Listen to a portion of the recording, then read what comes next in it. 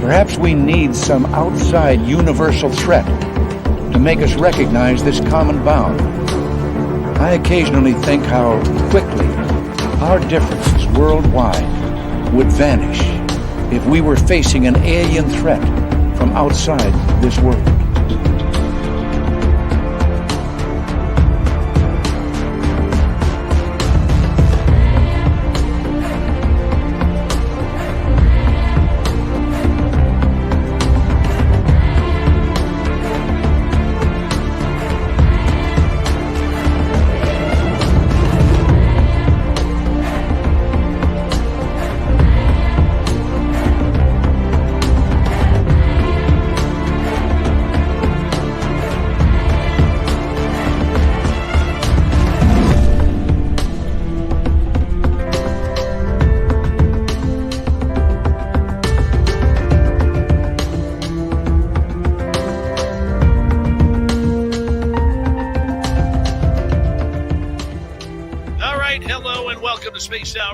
Tonight, my name is Dave Scott. Thank you so much for taking the time to join us. We really do appreciate earning your listening ears wherever you are on this beautiful planet we call Earth. Now, you may see this lady here right behind me. There's some special shit going on right now, and because we're not on terrestrial radio, I can say shit right now. But the big thing is, right off the bat, I've been this whole afternoon, I got to keep a secret here. We've been filming a television show. Who, what, where, when, why, how? We don't know. I'm not allowed to say. It's under contract. But we'll get to it before we introduce our three ladies here and talk about what they're doing in the area where I am. Let's say hello to everyone in the chat room tonight so far. Awesome Ann B in the gold medal position. Race Fan in the silver. Roy Boy in Australia with the bronze medal tonight. Gorgeous Kathy Evans. How you doing? Be More Dan. Nice to see you. Mark Longoria, thanks for coming on in. And there's John Hinojosa. Nice to have you here. Horns up to you, buddy. Chad Robbins is here. He'll be signing autographs after the show. Line up to the left of the studio if you don't mind. To the left of the studio. Grand Paul Holland. How's it going? Hallie, Matthew Kennedy, nice to have you here. Awesome Ann Palmer, thanks for coming on in as we continue on with Roll Call. Terry Brown, good to have you back, man. Brown Dwarf, nice to see you. Black Dragon, one of our favorite veterans who listens to this show. We really appreciate your service, Black Dragon. Hello, former Marine. We love you, man. Stephen Edmond, nice to have you back. He'll be signing autographs after the show as well. Line up to the right of the studio. To the right of the studio. All right, let's continue on. There's Raz and the gorgeous Amy Vegas. Oh, Doug Shelby is here. The Doug Shelby, which means we can officially start the show. And why am I sounding so high-pitched tonight? Weird. All right, let's continue on here. We have Nucker down in Oregon. How you doing? Uncle Dale and his Power Stash are here. If you see Uncle Dale in Austin, Texas, rub his Power Stash for good luck right through the 4th of July. Stunning Samantha Hazelwood Gray, nice to see you. Mennonite Abe, thanks for coming on in. Space Cadet, good to see you. Blob Lazar, welcome to SOR Chat. What's going on? And let's see here. Phil Minervino, good to see you. Dirty Filth, I'll get you the link here momentarily. The gorgeous and talented Nicole Sackage. George Hernandez, nice to have you here. Paradigm Theories, good to have you back. Hi, Chris. Teen, how are you? Thanks for coming on in. See, there's a little break in her name right there. See? So you got to make that pregnant pause there. The lovely Kathy Hughes, what's happening? Dizzy Blonde, how are you? Mr. Lurks a lot. Carfunibre, and the best name on YouTube, Dry Toast. How you doing? Diabetic UFO, welcome to SOR Chat. Dennis Zuniga, another great veteran. How are you? Thanks for coming on in. And we move on here. Who else do we have? Grandmaster, a.k.a. The Gong Show. Drake C., how you doing, buddy? Cecil, nice to have you back. Noble Patrick, good to see you. As we are about a minute from showtime. What are we going to do tonight? Stunning Pam Smith, good to have you here. And I think we are officially caught up. Let's get the radio side started. And there we go. And it's hot in here. It's hot. I got like 5 people besides myself in the studio right now. And, hey, there's Super Quest. How you doing? Hey, remember, a good way to support what we do on this show, the Super Chat is open. And don't forget to give us a thumbs up, thumbs down, thumbs sideways. Hi, Bobbert. How you doing? And if you're new here, hit that subscribe button, ring that bell. Travis W., nice to have you back. And let's get that link to Filth. Mr. Apnea, nice to see you awake for this one. And where's Filth here? Hold on, we got to get Filth here. And there you go, buddy. I just sent you the link. We got about 40 seconds here before we shall rock it out. Scotty Jensen, he prefers the silent J. Yes, he does. Peppa H, nice to see you. Don't forget, you can do some shopping at our store on spacedoutradio.com. Hello, gorgeous Heather McIntyre. How are you? Nice to have you back. And where are we here? We got about 15 seconds. Mennonite Abe, thank you so much for kicking off the super chat tonight. Very much appreciate you, buddy. I got you. So here we go, everyone. You know what to do. Let's get your horns up and let's rock.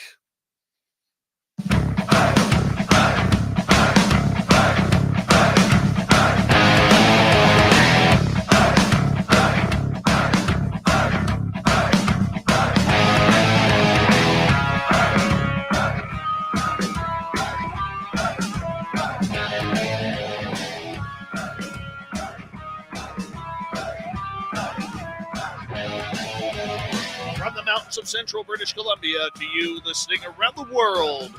This, my friends, is Spaced Out Radio. I am your host, Dave Scott, sitting in the captain's chair of SOR headquarters. We welcome you to tonight's show on our terrestrial affiliates around North America and digitally on Odyssey Radio, TalkStream Live, and KPNL. All of our archives are free. Join us at youtube.com/Spaced Out Radio. Do old Navy the favor, hit that subscribe button. You can follow us on Twitter at Spaced Out Radio, Instagram at Spaced Out Radio Show, and on TikTok at Spaced Out Radio. Our website is spacedoutradio.com. We have a plethora of features for you. Rock out to Bumblefoot. Read Shirky Poo's Newswire. Check out our swag as well. Tonight's show is brought to you by Chive Charities. Help make the world 10% happier by visiting Chive Charities today. You can find them on our website. We got a great show for you tonight. At first, we're going to go into a special interview until the bottom of the hour. We're going to be talking some ghosts around my area. There may or may not be a Dave sighting on television. We will get to that momentarily.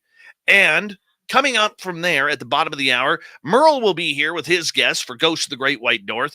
At the top of hour number 3, we got Swamp Dweller with another spooky story. Tim's joining us for the UFO report. Shirky Poo has the news. All right, we're going to get right into it. So earlier today, this ugly face for radio literally was on a television camera. Yeah, I know. It wasn't an impressive look, but nonetheless, I tried to give my expertise on what's going on because around Canada, we don't have a lot of paranormal television shows being filmed, but there is a special show coming on out. I can't say when, I can't say the name, I can't say anything because I am under contract. Yes, I am under contract, and I got to be careful with that. So with that, we're going to try and bring in a few friends here to the show because, well, we can do that. That's Dirty Filth. He's going to be drawing you up some photos for our radio people. Dirty Filth is our resident artist. And we're going to try and, why isn't my camera working? There we go. We're going to try and bring in some lovely ladies here. And I'm going to start off with our good friend Leanne here. And the reason why we're starting off with Leanne, who is right here. And yes, my face is all out of coordination right now. The reason why we're starting off with Leanne is because we had the ability to chat with Leanne, and she lives in my area, and she's into ghosts. And we started talking paranormal one day, and she's like, you know, we ran into each other at like the grocery store, and I had some Woo shirt on or something like that, and we just started talking some weird stuff. And for everybody who went to Las Vegas for the Spaced Out Radio party, she's responsible for making those awesome magnets of alien heads and the Sasquatch. That's right. I'm going to get you to move your microphone real close to your face, Leanne. How you doing? I'm doing awesome. Thanks for having us. This is very exciting in studio. It is very exciting to have you here as well. And I'm hoping our YouTube audience will be able to hear you, because I know I'm getting you on the radio side, but you never know. Sometimes this needs a little wiggle room, and that's what we do. But nonetheless, how did you get involved in the paranormal? I've been involved with the paranormal my whole life. So this is my sister Corinne, and this is my best friend Kelly. And we've been doing this together for years, but since we were kids, we've all had experiences. So now we're just kind of exploring this in our adulthood. All right. So you ladies are doing a tour of, can we say, the Gold Rush Trail?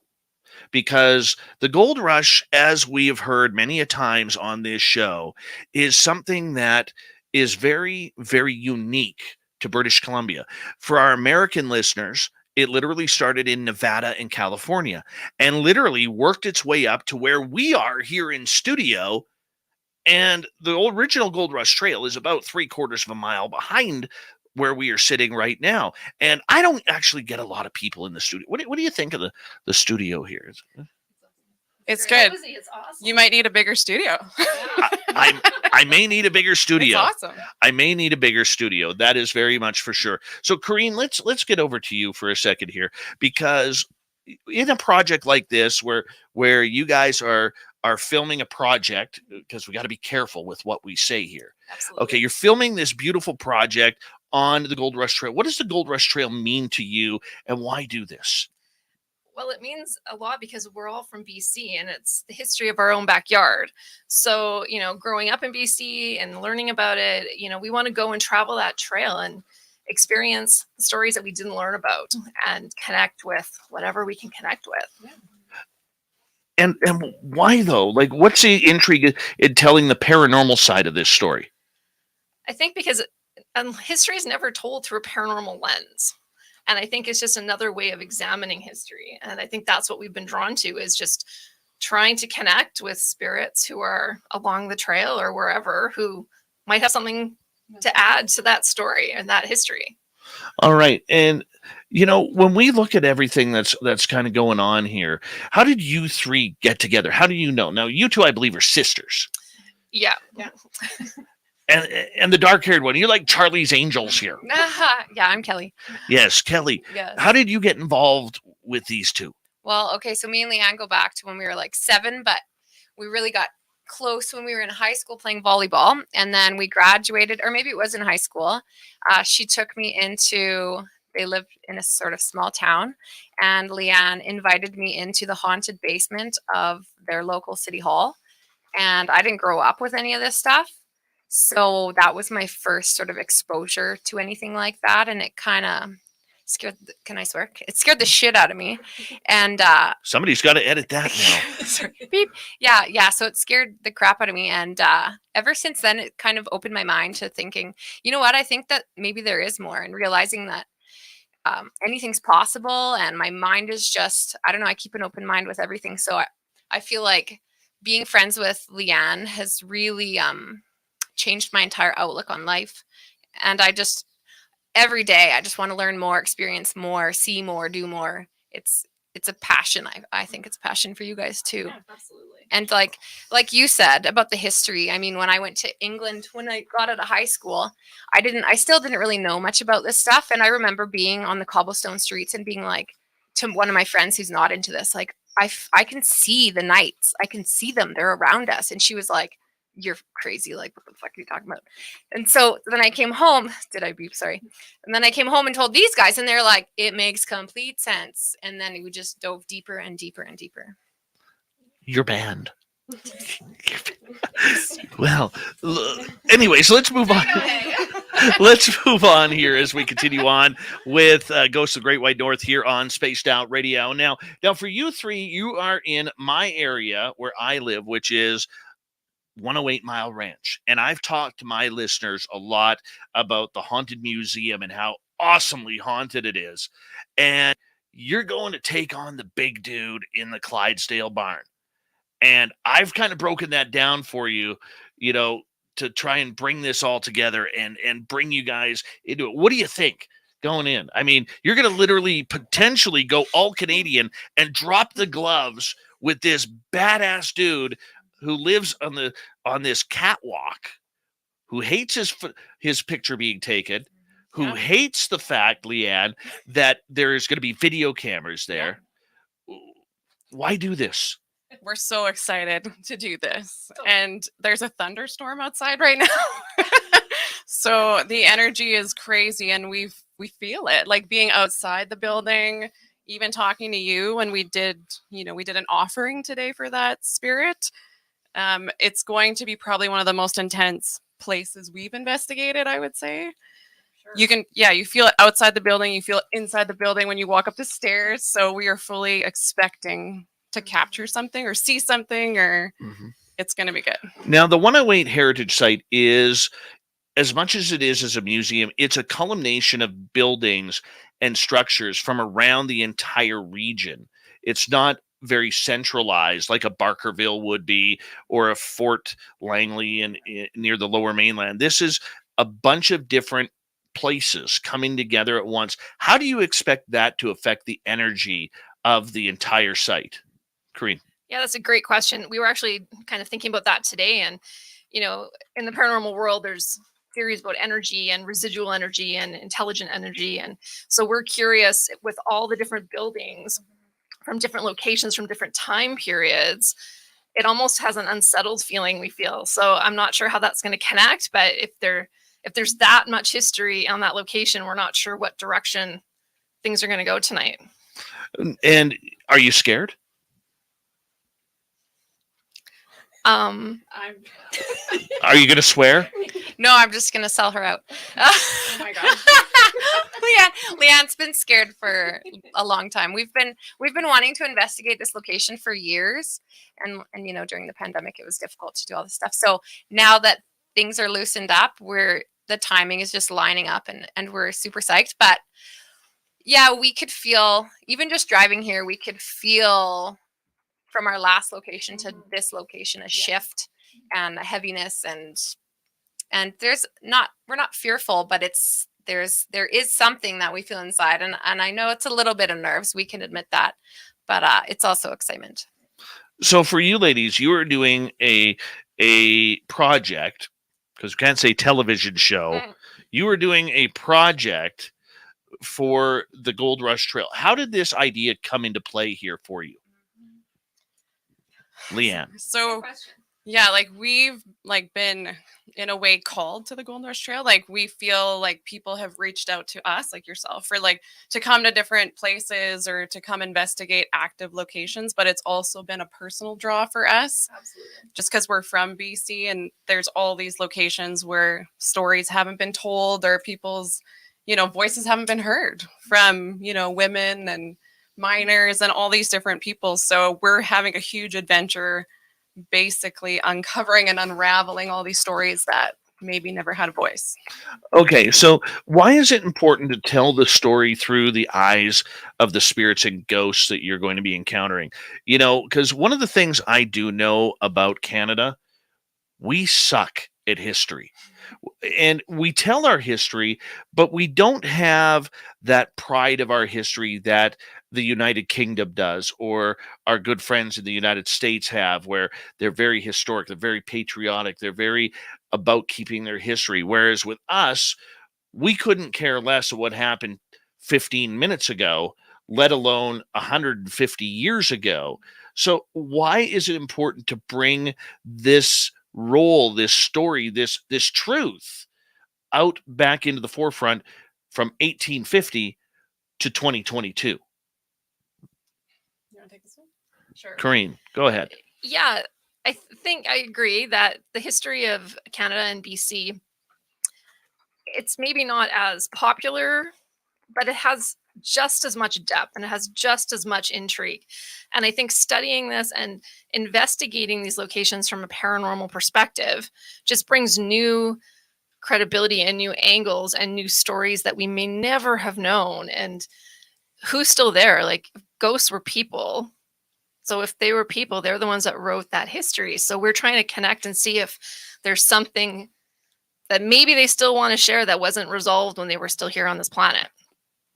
I think that's an excellent answer. I mean, but do you think you're going to get those stories? Are you going to get that truth on what's going out, because you cannot predict what is actually going to come out of your investigations that you are going on for this non-television project special. It's a paranormal documentary. Thank you. Thank you. I was trying to find the proper words. Yeah. But you know what, Dave? It's also about our like personal growth in this, right? Like we have some abilities which we won't get into right now, but we are able to connect. Like maybe some people. What was that? That's Joe in our chat room saying, "I had no idea Babes of the Great White North was going to be on." Hey, Joe.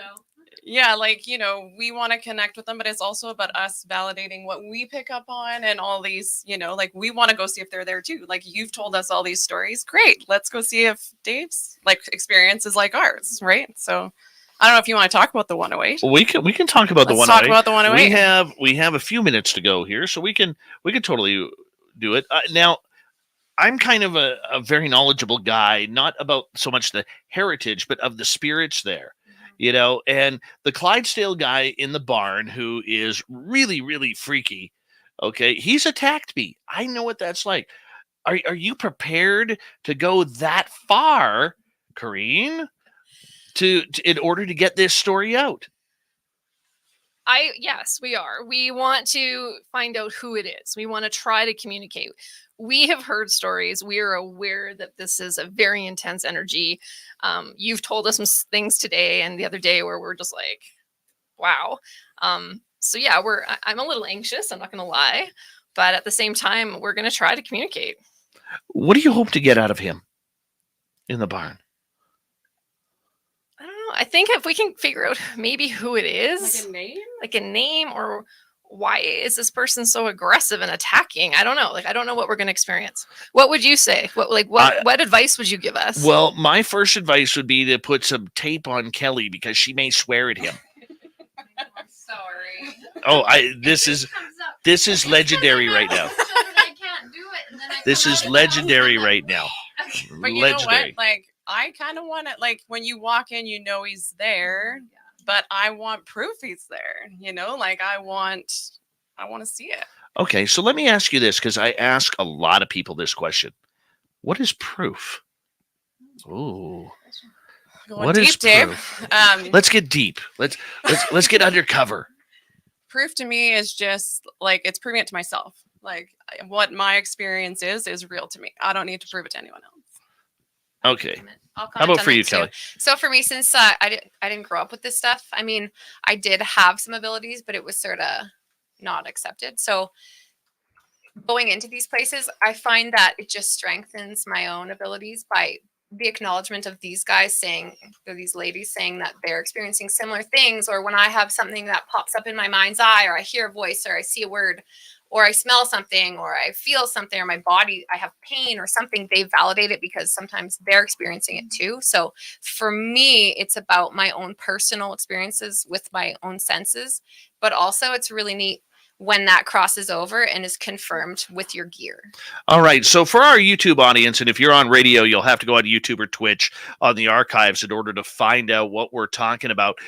In my area, we have what we call the heritage site. They have a Clydesdale barn in there. Well, in 2017, a photo was taken, and many, whether it's David Weatherly, the late Butch Witkowski, Ross Allison, and many others, claims this is one of the top photos of the paranormal almost ever. And this is who these ladies are going to try and find out tonight. Well, now seeing that, thanks, Dave. Thanks for No problem. We actually have a camera on that right now, so yeah, we're hoping. Yeah, we have cameras rolling right now, so we're hoping to capture that as well. So this dude, right on the stairwell here for our radio, our YouTube audience, this dude right in there is the guy who attacked me and attacked little Marky Spender. Don't worry about this. There's another guy right below the stairwell. Don't worry, he's human. But the other issue is it looks like a little girl behind him. What? Oh, wow. Okay. And that's what a lot of people miss. Yeah. Why is he taking somebody up his stairwell? So Is that what's the other one underneath? Is that a person? this here is a person. Okay. The person underneath the stairwell is a person. But behind the ghost on the stairs. Can you zoom in on that? I sure can. We're going to zoom in a little bit here for our YouTube side. And we will move that. Wow. So this is what we are dealing with here. And, I mean, that guy looks like he's got the lead singer of Slipknot with one of his masks on, right? But we have a secondary photo of him. Now, this one's a little bit more tough to see, but you can actually see the white orbs that came off the camera. I don't think that's paranormal. I think that came off the camera. But there's the same face that was downstairs. Oh, wow. And that's why we have 2 photos of him. And this dude doesn't like to be photographed. So the fact that you ladies have cameras up there right now. And we're going in with more. Now, did you make any peace or offerings? Have you talked to the dude? Have you tried to say, hey, we're innocent here? You put on that cute girly smile or whatever. Corrine, help me out. Yeah, we actually did. We went in and did an offering. So we took some whiskey and a shot glass and some cigarettes, and we asked for some help tonight and poured him a shot and said we're there for very respectful reasons. So let's see what happens, I guess. What happens if something happens? Am I leaving the radio show early to... You're on speed dial. Yeah, you're on speed dial. So yeah, folks out there listening, if Dave goes missing, it's because we've called. His chair's spinning. Oh, yeah. Well, you know what? I wish you ladies all the best, honestly, as we only got about 2 minutes left with you tonight. And be careful. There's a lot of joking and a lot of pranks that go on in the paranormal. But at the 108 location, there are a lot of really cool spirits there that are going to be really willing and excited to have you there, because there hasn't been a formal investigation there since before COVID.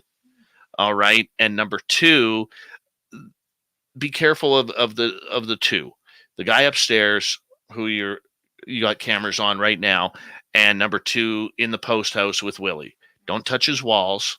There's already an offering in there, so you don't need to worry about that. And little Dave may have taken care of that for you. Thank you. And don't touch his walls. Don't touch his furniture. Okay. Okay. And if you smell sulfur, run. Yeah. Right. Okay. That's good advice. Well, thanks for having us in here on your podcast and inviting us. Radio show. Anyways. And, just for all your advice and insight. Like, we're looking forward to looping back. Well, and what will be happening for our radio listeners and our YouTubers is the minute this show is over, I actually have to run back to the barn to make sure that these ladies are okay. That is literally what is going on. So I literally have the show will end at its regular time, but Dave will keep going. Dave will keep on moving, and Dave will make sure that he doesn't sleep tonight or tomorrow, because I got things to do tomorrow as well in preparing for tomorrow night's show. We have Leanne, we have Corrine, we have Kelly. They are currently shooting a documentary in our area, and one day it will be released in 2022, where people can actually see them investigate my area. You'll see maybe even the studio on the documentary. Not allowed to say that. And whatever else. So it's going to be a lot of fun. And for you 3, Kelly, Corrine, and Leanne, thank you so much for coming on Spaced Out Radio. It's a lot of fun. And I'm so excited for you ladies to have an experience of a lifetime. But be safe, because you know what? A lot of people may not believe it or say, it's just a ghost. This dude knows what he's doing, and keep him happy. That's all I'm going to say. Before I get there, keep him happy. Coming up next on Spaced Out Radio, Merle's coming in. So start to Merle it up if you're in one of our chat rooms. Ghosts of the Great White North. We got it for another 90 minutes right here on the mighty SOR. Stay tuned. Spaced Out Radio continues right after this.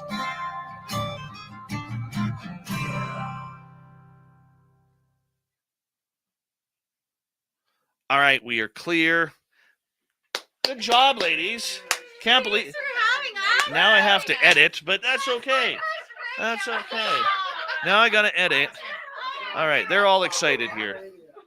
All right. That's all right. That worked. That worked. That was impressive. That was very impressive. Hey, thank you. We'll be in touch. I want to talk to you about all that other stuff. Give me 2 seconds. Well, should see Radio people, give me a couple seconds. I'll be right back.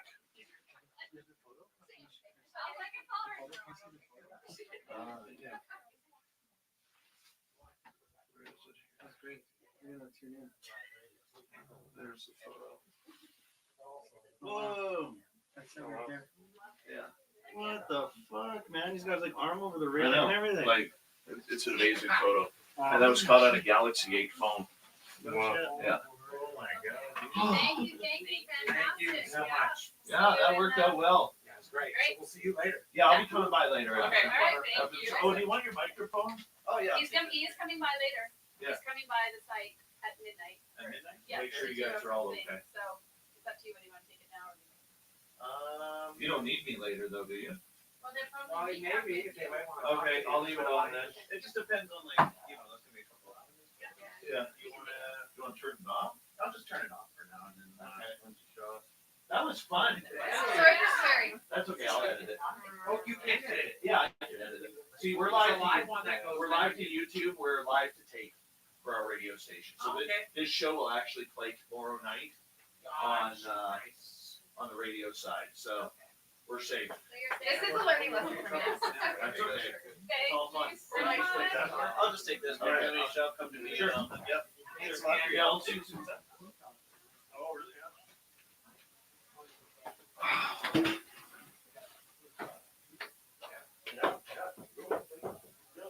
Actually, Dave, I got a question for you. Yeah. I took a picture today when I was in Clinton, Yeah. and I didn't notice until after I sent it to Yeah. my girlfriend. There's no chance we can get that photo. Yeah. But whose photo is it? I have permission. Her name's Connie Bucher. She gave me full permission to use it. Where will she give us permission? Oh, yeah. Really? Oh, yeah. So today in front of the Shut up. Oh, Sorry. Now, I'll be in touch with you about that. I'll talk to you tonight. Do you think that's just some sort of weird thing with the photo? I didn't. I just think. Oh, okay, sure, yeah. No, you did. You caught something there.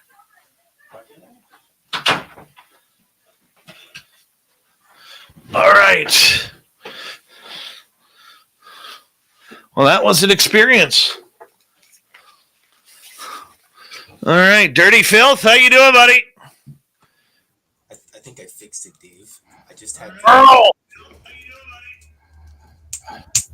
right, who's got their speaker? Anthony, how you doing, man? I'm all right. I'm all right. trying to get my Oh. stupid headphones to work. Who's chat? Merle, am I getting feedback on your channel? You're not wearing headphones? Never get feedback from me. Might be mine. Hold on. Testing 1, 2. No, Andrew, is that, or Anthony, is that yours? That's what? I'm getting a little bit of repeat here. Oh, hold on. That's why. That should end it now. Okay, there we go. Everybody Merle it up in the chat room. It's Merle. time. Hey, James Weston. Terry Hall, how you doing? And, yeah, let's see where we're going with this. Luscious Jules, nice to have you here. People love their Merle. They need their Merle. You know what? Screw this. I'm still mic'd up. Show Um, it, Dave. Hold on. I got to change camera angles here.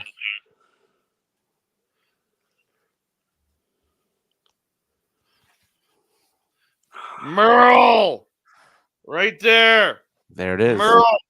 You can get your Merle t-shirts at spacedoutradio.com. Hold on. I got to adjust my light.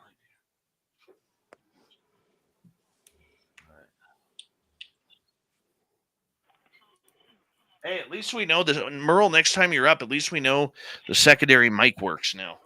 That's good. Yeah. That shit is figured on out. Look at Ghostly Activities, aka Handsome Jake. I have the same one as you, Dave. Same one. Nice. All right, we got 20 seconds. Thank you to Jake and Mennonite Abe for the amazing super chats. I apologize if I haven't said hello to you yet. If you're in the chat room, I will do my best to say hello to everybody. And here we go with Ghosts of the Great White North. We got our man Merle here. I know you're all excited. Let's do it.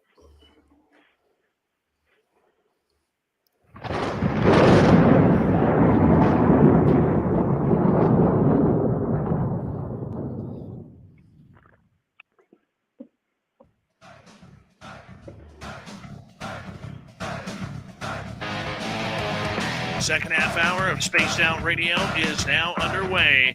My name is Dave Scott. Thank you so much for taking the time to join us. We really do appreciate it. I want to remind you that if you missed portions of this show or others, check out our free archives at youtube.com/Spaced Out Radio. Do us the favor, hit that subscribe button. Our website is spacedoutradio.com. We have a plethora of features for you. Rock out to Bumblefoot, read Shirky Poo's Newswire, check out our swag as well. Follow us on Twitter at Spaced Out Radio, Instagram at Spaced Out Radio Show, and on TikTok at Spaced Out Radio. My main man Merle is back for Ghosts of the Great White North. His hair is high. It is tight. He is on par to talk some paranormal stuff hanging around Canada on the Ghosts of the Great White North here in British Columbia. And Merle, how you doing, buddy? I'm doing very well, Dave. Happy to be here tonight, as always. And we have a great guest tonight. I'm hearing this. You were bragging up Anthony. Who's this Anthony guy? Because he's packing a serious beard here tonight, man. You know I like that. You would like his hat that he wears in his photos as well. It's a strong hat. He works with the Ghost Story Guys podcast. I met him in Wells when we were in Barkerville last month. Wow, it's been 6 weeks already. And the stories he has in regards to ghost stories, legends, and whatnot throughout BC that he was telling us is amazing. The best I've heard, hands down. Well, you know what? That's high praise, Anthony. When Merle calls bingo on somebody, he means a bingo. So thank you, Anthony, for joining us on Spaced Out Radio. How you doing, man? Well, I'm doing all right. I appreciate you guys having me on. That's he's made some pretty big shoes for me to fill up there. I appreciate such a nice intro. How are you guys? We're good, man. We're very good, and thank you so much for taking the time to join us. Anthony, let's learn a little bit about you for our audience around the world here. You are kind of a historian, a folklorist, a legend teller, a ghost story guy. I mean, you kind of have your hands dabbled in absolutely everything that's going on. What brought you into this phenomena? Oh, probably the fact that when I was raised, I wasn't allowed to have anything to do with it. It was the devil. I was raised in a really strict religious background, and I always knew there was something watching. There was something touching. There was something walking around, and I was made to feel like it was terrible. So, like all good rebels, you walk right towards it and then never look back. So for you, when did you start writing and talking about your curiosity, almost being a legend tripper type person?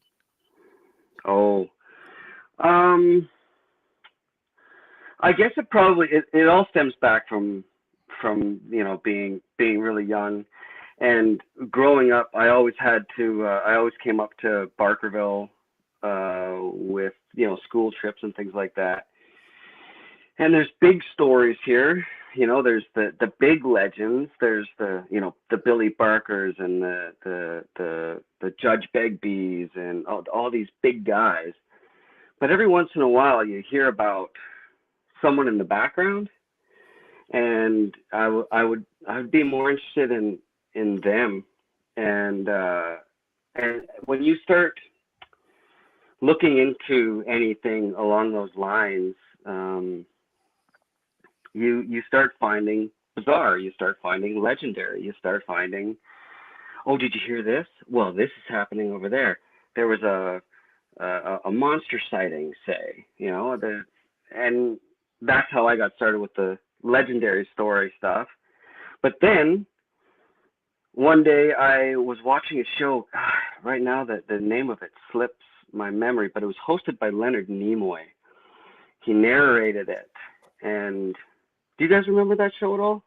How do you not? Leonard Nimoy scared the living daylights out of us, along with Robert Stack back in the day. That's Man, right. That theme song. Yep. Yeah, but he did a story on Bigfoot, and that hooked me, And then from then on, you start reading mysterious things, you start looking into mysterious things, and then when it came to ghost stories and hauntings, and specifically, that's actually when I was reading that is when I started to kind of go, oh, this is a thing. This happens to people. This is everywhere. Sometimes it's all at once. Sometimes it's one place. Sometimes it's one person. And that way, and I started realizing these people were normal. They weren't the devil. They weren't what I was raised and indoctrinated to believe what they were. And I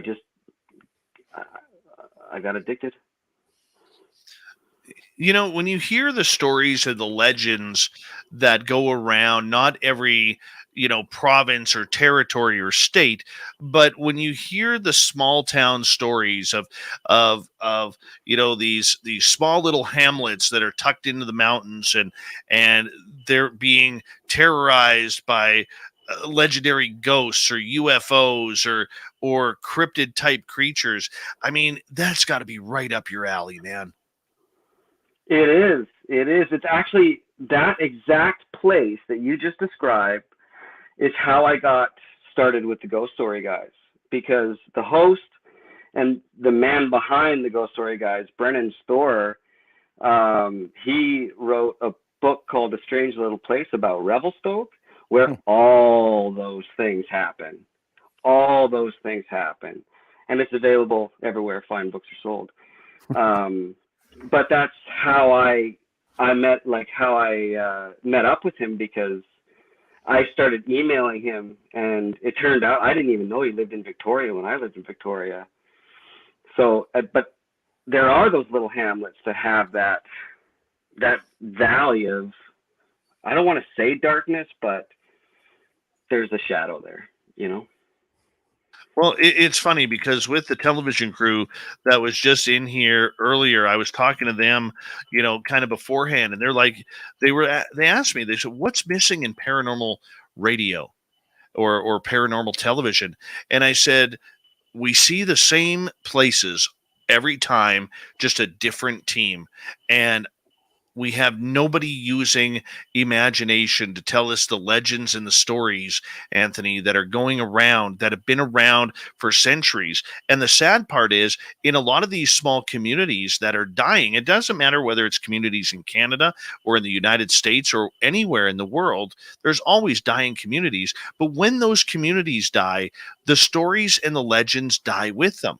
And if we don't have people like you, Anthony, or Merle, or other people who are getting those stories and bringing them back to the forefront, we're losing a big part of our history, man. Mm-hmm. Yeah. History's super important, and I find connecting the paranormal with history intriguing, because my goal is to try and tell those unknown stories, to try to connect the dots from what it says in the books to the word of mouth or the folklore. And there's an absolute fine line in doing that, from to storytelling to fact, even though we are doing the paranormal investigation.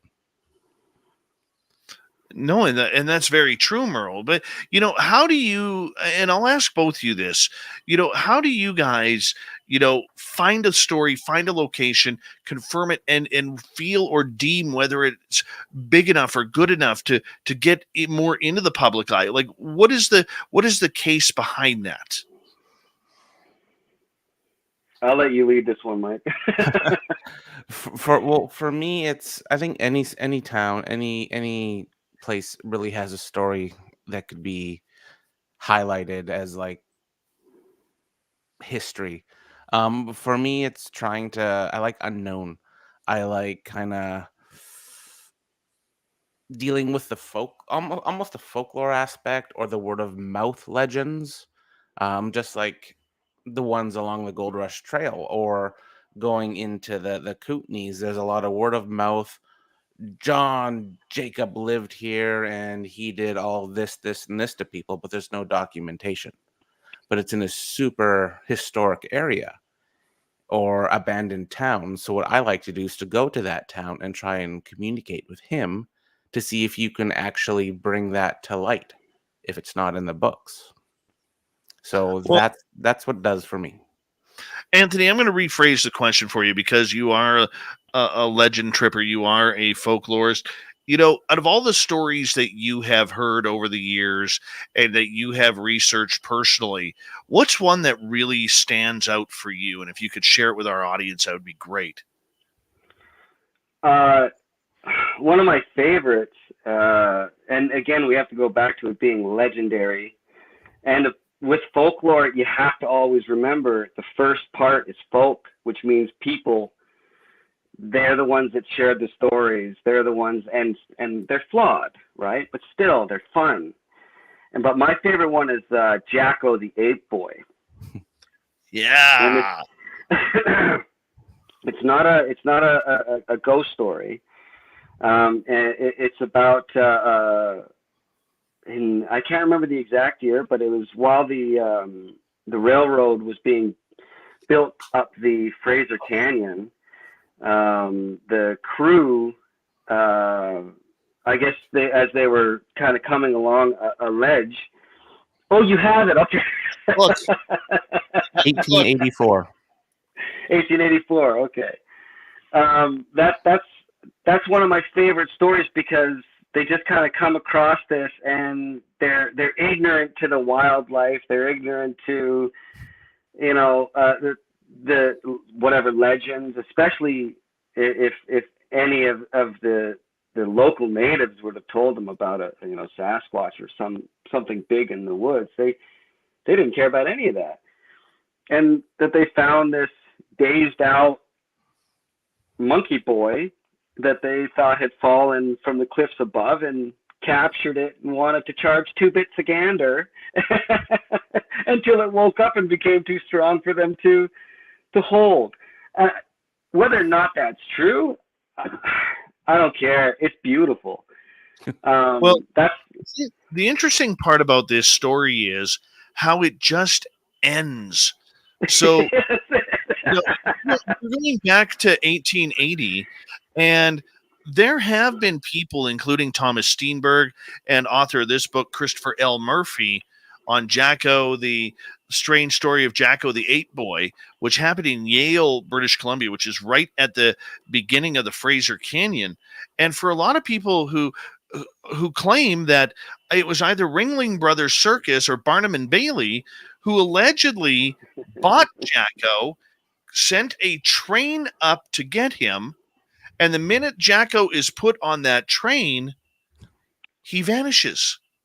Never to be seen again, never to be seen in a circus. To this day, I believe Barnum and Bailey and Ringling Brothers, what company it was at that time, I think they're all one now, deny ever picking him up. Mhm. I mean, this is a mad mystery, Anthony. Well, when I was in Yale, I was doing some investigating in Yale. I was there for a few days, and I talked to an old-timer there. And, of course, not that old of an old-timer, but he heard the hand-me-down tales of it. And he told me, he said, well, no, what happened was is when he was all dazed, they were able to put him in the cage, and they were going to either take him on tour or whatever they were going to do with him.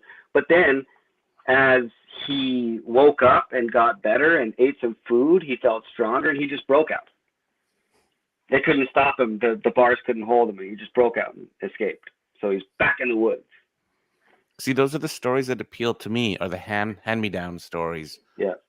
From that's probably what happened if it's a real And story. Yale is one of those perfect towns that we are talking about. Population maybe 200 people. Yeah. Okay. Mhm. and they're all very eclectic, artsy, hippie type people. And I will tell you, I have had 2 weird encounters at Yale. So when you're heading eastbound on Highway 1, as you come into Yale, it's a 2-lane highway.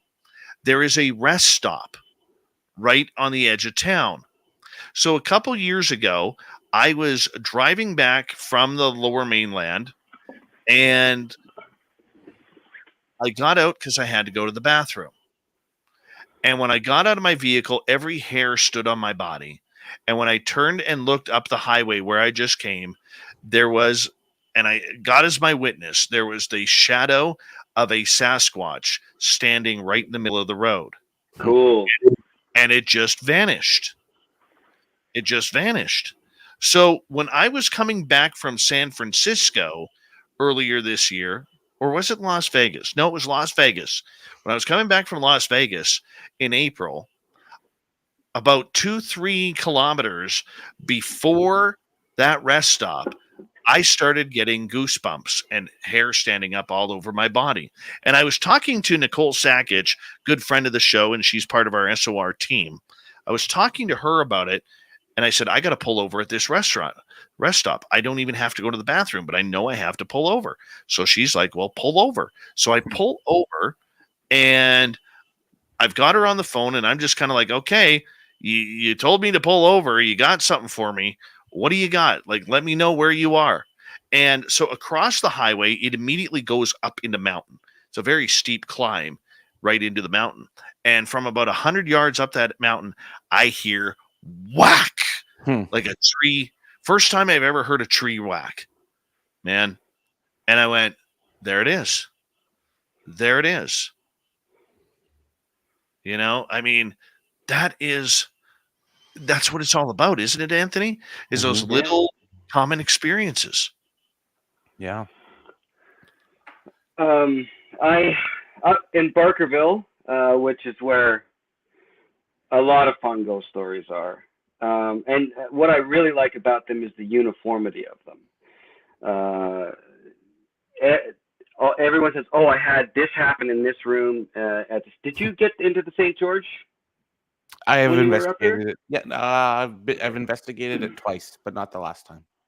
Okay. So people will mention room 2, room 4, and it's always this, not the same thing, but it's the same feeling of it. And when I thought, okay, I'm going to give this a go. I didn't put on any video. I didn't put on any microphones, nothing. I just put myself into the situation where a female apparition she would appear to a single man. And I thought, okay, cool. I'm not going to say like, if you're there, nothing. I'm just going to sit here and look. And I got bored of looking, so I started reading a book. And as I'm reading the book, I can see the door to the room right just in my peripheral vision, and that's when she showed up. Just like they said, and I was like, whoa! And that was it. That was all I needed. I was like, cool. I'm a part of it now. That's it. That's great. I can't say to these people, you know, oh well, maybe you just heard a hand-me-down. Maybe you just heard me. No, it was there. I didn't call. I didn't try to instigate. Nothing. I just waited. And what did you experience? Like what? It was a full body apparition, but the head, like the oval of the facial area, is what was the brightest. And when I mean bright, how do I say this? It was the kind of light that looked like the texture in someone's iris, if you take my meaning. It was almost like a fibrous glow. Right. And the rest of it was just a pretty mild, shoulders all the way down. And basically, she would have come through the door and saw that I wasn't who she was looking for. At least that's, how you'd see it. And she backed out. And that was it. I was in that room for 2 days, and I wanted it to happen again, but she got what she needed. Mm-hmm. And there's a legend behind that. It's in a gold mining town. It's not a hard to come across story, but if you guys want me to give you the go of it. Yeah, let's do it. We got about 3.5 minutes before we have to go to break at the top of the hour. Here we go. So Barkerville at the time didn't have a prostitution profession. It had what they called hurdy-gurdy girls. And they were girls that were brought into the saloons, and the miners would pay $1 to dance with them. And whatever happened after that is, but that's what a hurdy-gurdy girl did. And one of them fell in love with a miner, and he was giving her the old, I'm going to take you away from all this. And she started to go for it, and she started to listen to it. And they were staying at the St. George Hotel while it was still using it as letting room. And he said, okay, I just have to go back to Fort Victoria, get everything ready. I'm going to come back. I'm going to get you. I'm going to take you away. And she waited, and he never came back. And she had a broken heart and killed herself. And I don't know if she would have done that in the room, but she was in the building. And so when there's a single man in that room, she'll come and see if it's him.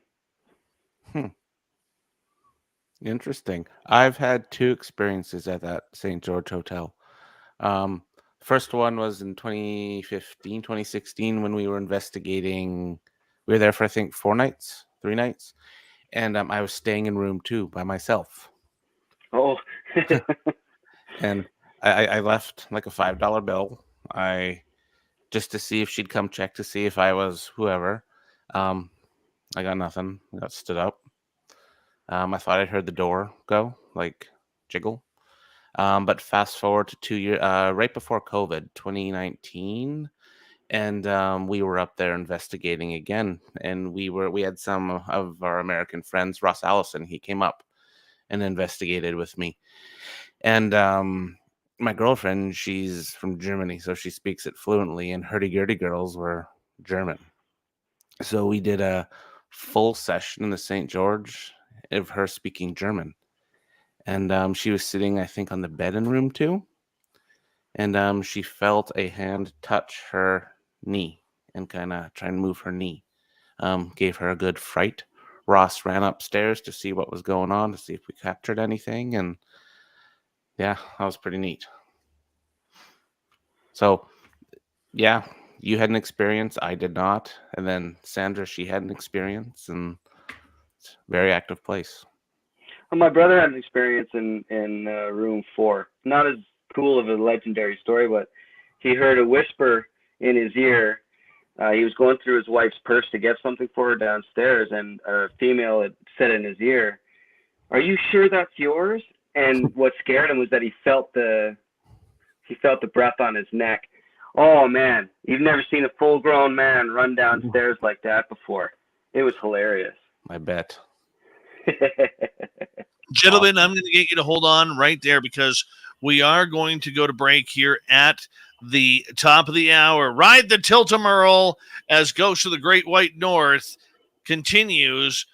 And when we return with Merle and Anthony Germain, we're going to get into some more weird, strange stories and occurrences from around British Columbia, which has a weird and strange heritage that not many people know about.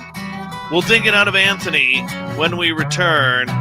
Hour number 2 of Ghosts of the Great White North with Merle from the Paranormal Road Trippers coming up when we return. Stay tuned.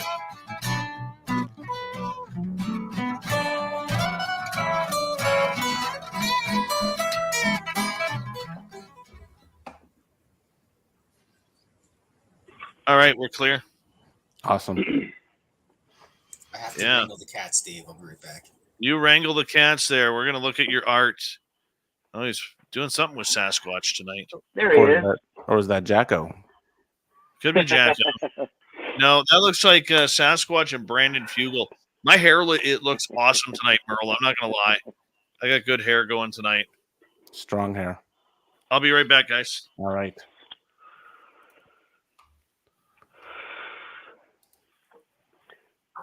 How do you think it's going? It's going well. We are still live on YouTube. Oh, I didn't know that. No, all good, all good. No, it's going great. I think we should hop on to the island next. Okay. Next half hour. Tell Okay. some. That's where we want to start investigating more. Is hop on to Vancouver Island. There's a lot of cool places. Dude, yeah. There's going to be a lot of. Most of what I know there is Victoria. Yes. And geez, I'm trying to think of where else I would know some stories from. Oh, I've got one from Coombs. Yes, Coombs. That is a good one. Okay. That's a personal experience. I can tell you that one. Okay. Have you ever It's seen terrifying? That's what we're looking for. More terrifying, the better. Have I ever seen what? Experienced like Sasquatch yourself or anything like that? No. I think I smelled them.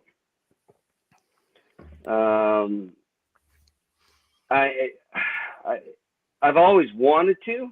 I want to. Every time I'm driving in the woods or looking in the woods, I'm like, where is he? Where is he? Mm-hmm. But I think I must have been 13 or 14 years old. I was in the woods around Chetwynd, BC, and it was the smell. Oh my God! It was so bad. It was so gross. I never heard anything. But the stink was unbelievable, and it wasn't like that marijuana like skunk smell. It was, I don't know, it was sweat, musk, swamp, stick, dirt, earth, rot. It was so many things all mixed in one, but that's it. Wow. Yeah, my sister had a sighting. Oh really? What happened with her? She was camping just north of Prince George at a place called Bear Lake. And she and two of her girlfriends decided like they needed to go to the bathroom, and they were pretty far away from the campfire, and they thought, oh, let's be safe and all three of us go. And they all went together, and the only thing that was really lighting their way was the moon. And on their way back from the washroom, there's when all three of them swear that a Sasquatch crossed right across their path. Excuse me. And just stopped for a second, looked, and what scared them more than anything else, other than this big thing, was that it was completely, deathly silent. And that yeah, the way she tells it is more terrifying because she has the fear to kind of put through to it, but I had an experience, I think, once. Beauty. When I was actually hunting. This would have been a long time ago, probably like 2012, 2011-ish. I was a little skeptical at the time. I'm like, well, maybe there's a Sasquatch, you know? I need to experience. For me, I need to be an experiencer to jump fully in. Mm-hmm. And I was sitting on a brush pile and camouflaged, waiting for like a moose or a deer. And all of a sudden, on the tree line, I could hear the classic wood knocking. I'm like, okay. And then, like you said with your sister, everything went silent except for this, like the wood knocking. And then I heard like the big branches breaking. And I've been in the woods long enough to know, I'm like, okay, it's not a black bear. It's not a grizzly. Moose don't do that. And it wouldn't show itself from the tree line, but then I could see the trees shaking. And I'm like, really? You saw the trees going? Wow. Yeah. Like they weren't thick old growth trees. Like they were tree planter trees probably from like the 70s, 80s. So they're big. But you could see them. It was hard, weird experience, man. And then I'm full of absolute fear. I'm like, oh Jesus. And then gone. And then I quickly waddle back to my truck, get in, and leave.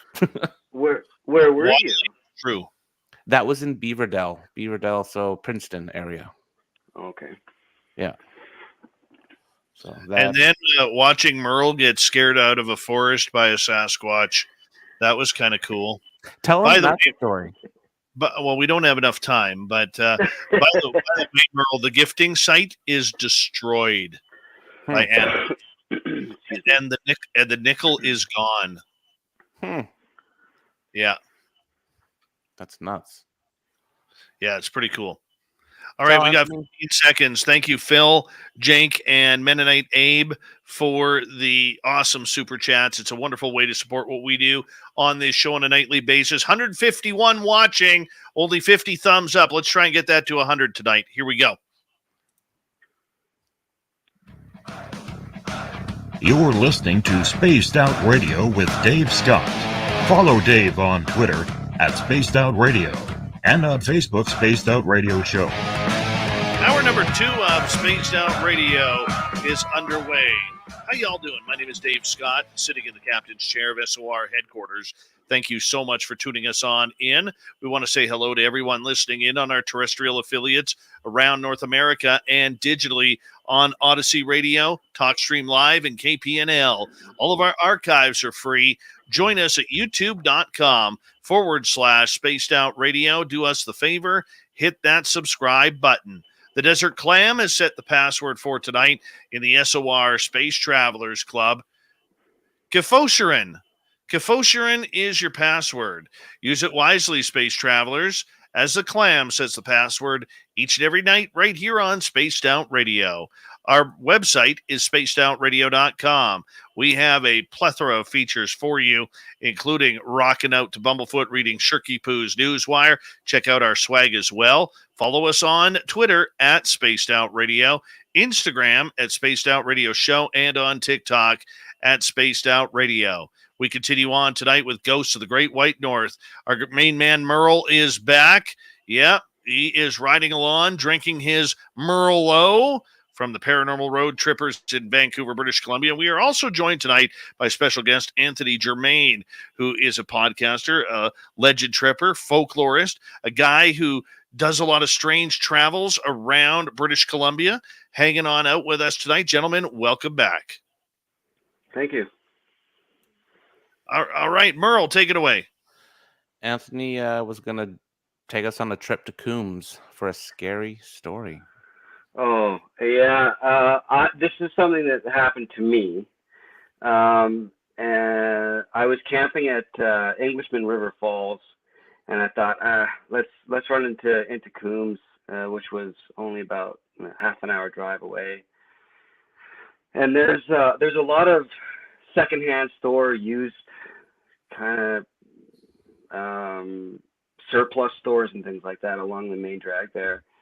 And I decided to go into one that I think was made out of like almost like a bunch of sea cans, just kind of welded together, one room to another. And I was going through with my wife and my son, and everything was fine until we went into a sports memorabilia room. And as we came around the corner into this room, I felt such a strong, oppressing presence that imagine if you couldn't hear anything at all. You're totally deaf, but somebody in pure fury and rage was screaming in your face. That's what this was like. It was incredible, and I couldn't even back up. I had to just keep on moving forward through this room in order to get past whatever the hell was happening. And as I was walking through it, I tried to identify where it's coming from. There was no apparitions whatsoever, but there was a hockey jersey of some piddly no-name team in wherever. I didn't even focus enough to read it. And it was framed, and it was signed by, there was one signature on it. Excuse me. And the glass was cracked in two places, so up one corner and then down the other one.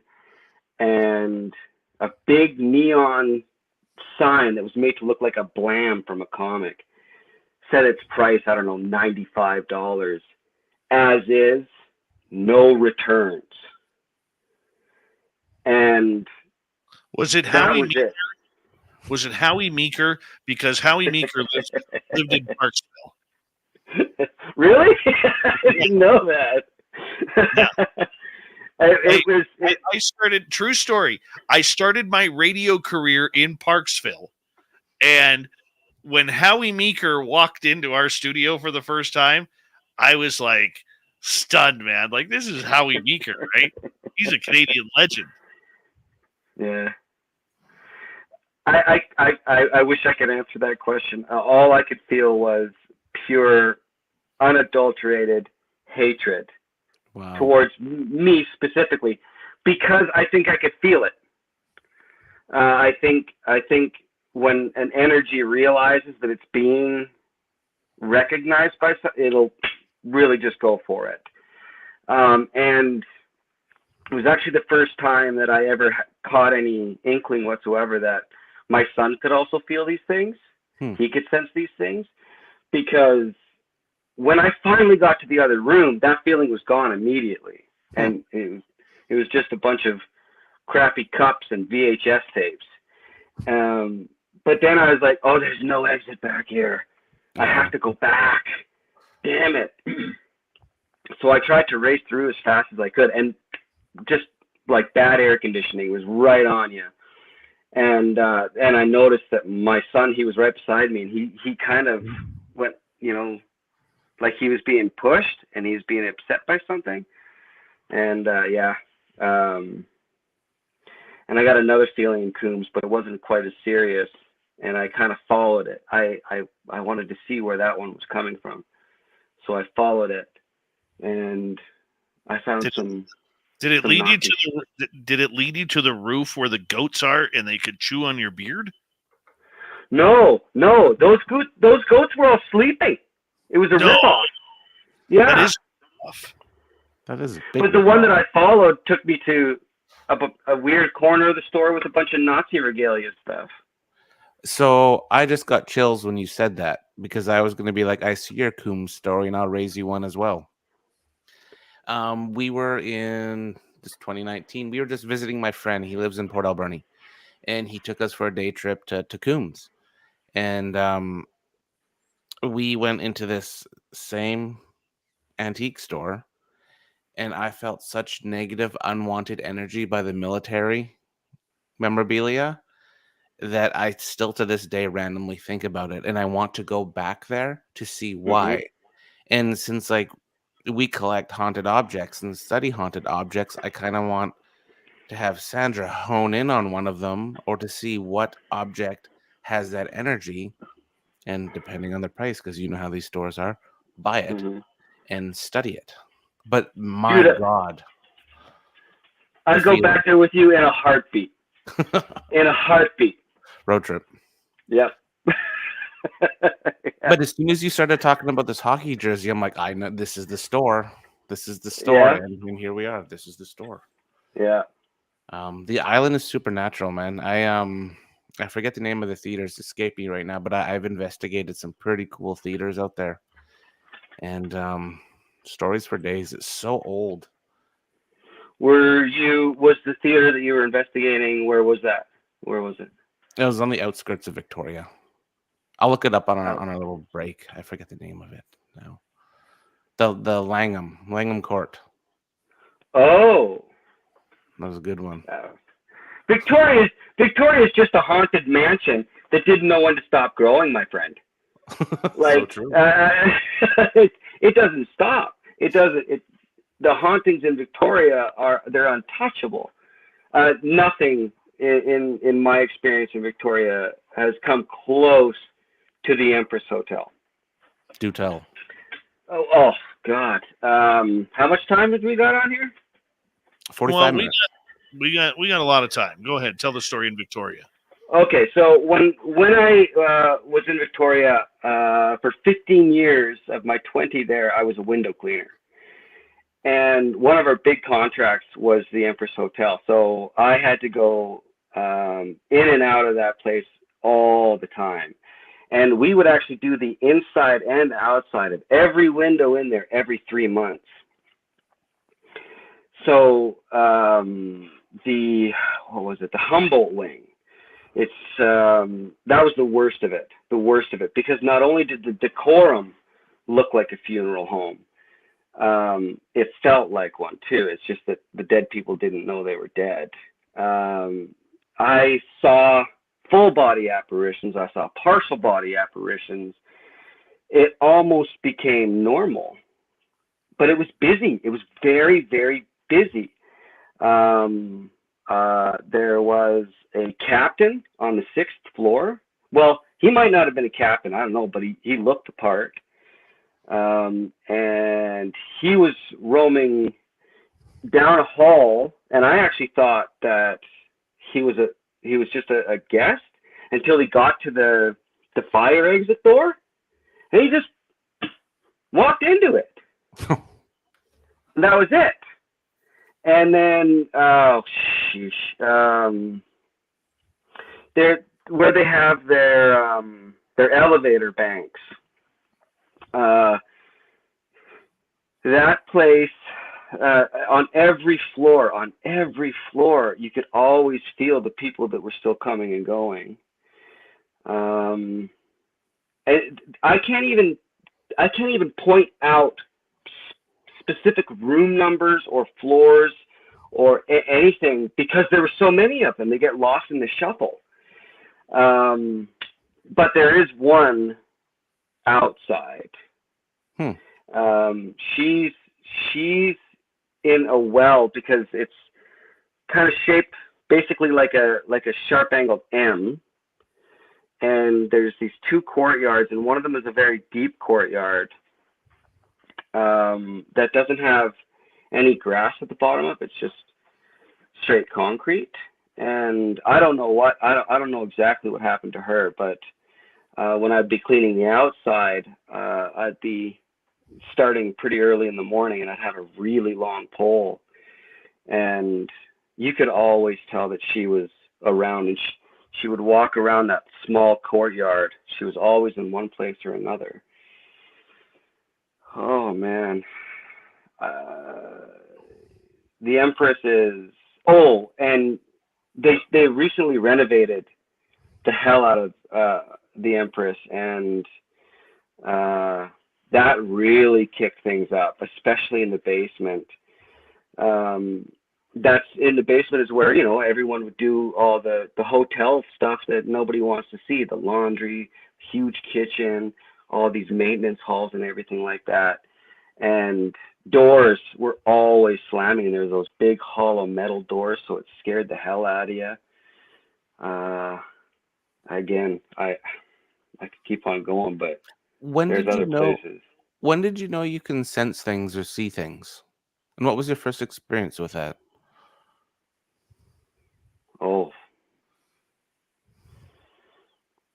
Pinning down a first experience would be tricky.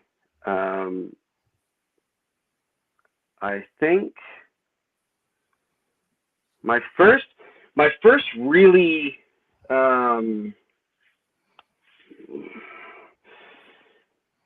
I'd have to say when I was about 12 years old, my great uncle died, and we were in the cemetery. I really loved him. He had shell shock from World War II, so he was a bit he was a bit not with it all the time, and he always made me laugh. I didn't know I was laughing at somebody with a mental illness, but I was laughing with him. And when we were burying him, it was raining really, really hard, and I watched the coffin go on the ground, and I heard his laugh. I heard his laugh, the laugh that we shared together. And I turned to my grandpa. It was his brother who had passed away. I turned to my grandpa and I said, "Hey, did you hear Uncle CeeLo? He's laughing at you. He's laughing at you." And they got mad at me for saying that. And that's when I knew no one else heard that. It was just me.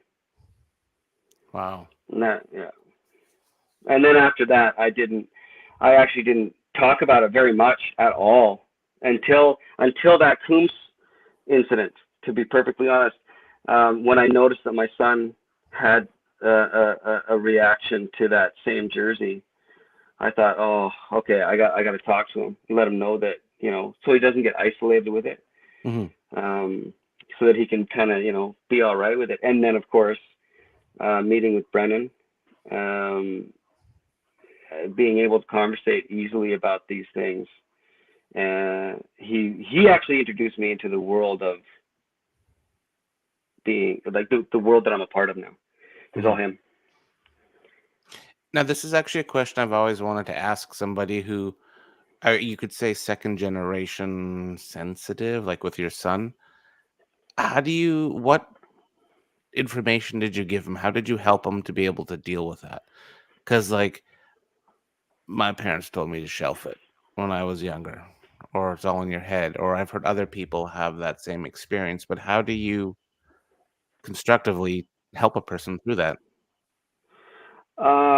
I told him the way that and this is what I've been doing to handle it so that I don't get overwhelmed. Because in this world of energies and invisible realities, we all know that intention plays a massive role. And so your intentions towards something, your intentions for something, whatever it is, you can also control your intentions of what you'll allow. So what I did when I was younger is I imagined an antenna coming up out of my head. And if I put the antenna up, I allowed whoever, whatever, to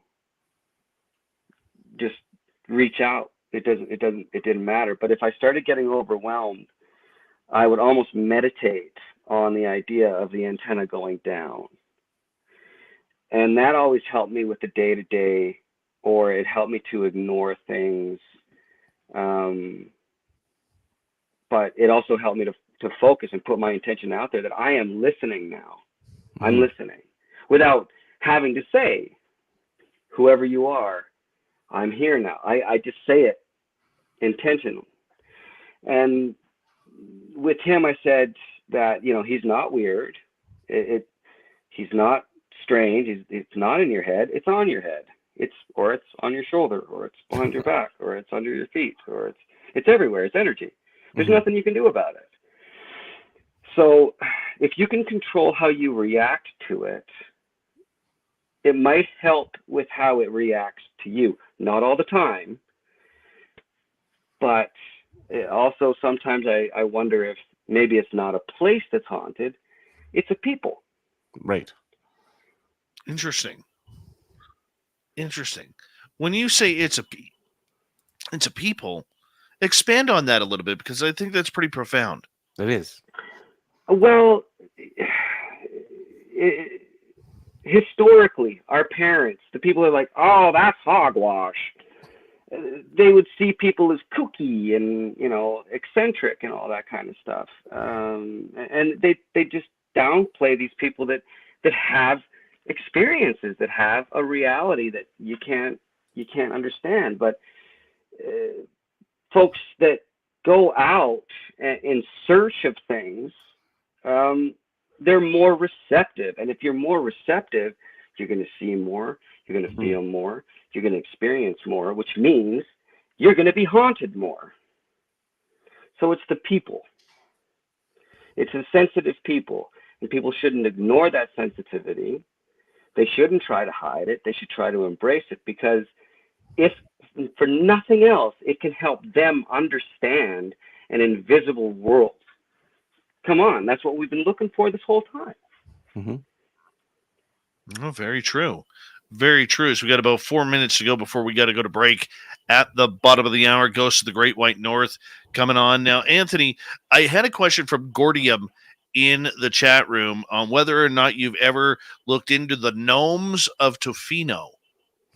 And we're not talking Tofino? Yeah, we're not talking Justin Trudeau on a I've never heard of the gnomes of Tofino, but I am about to.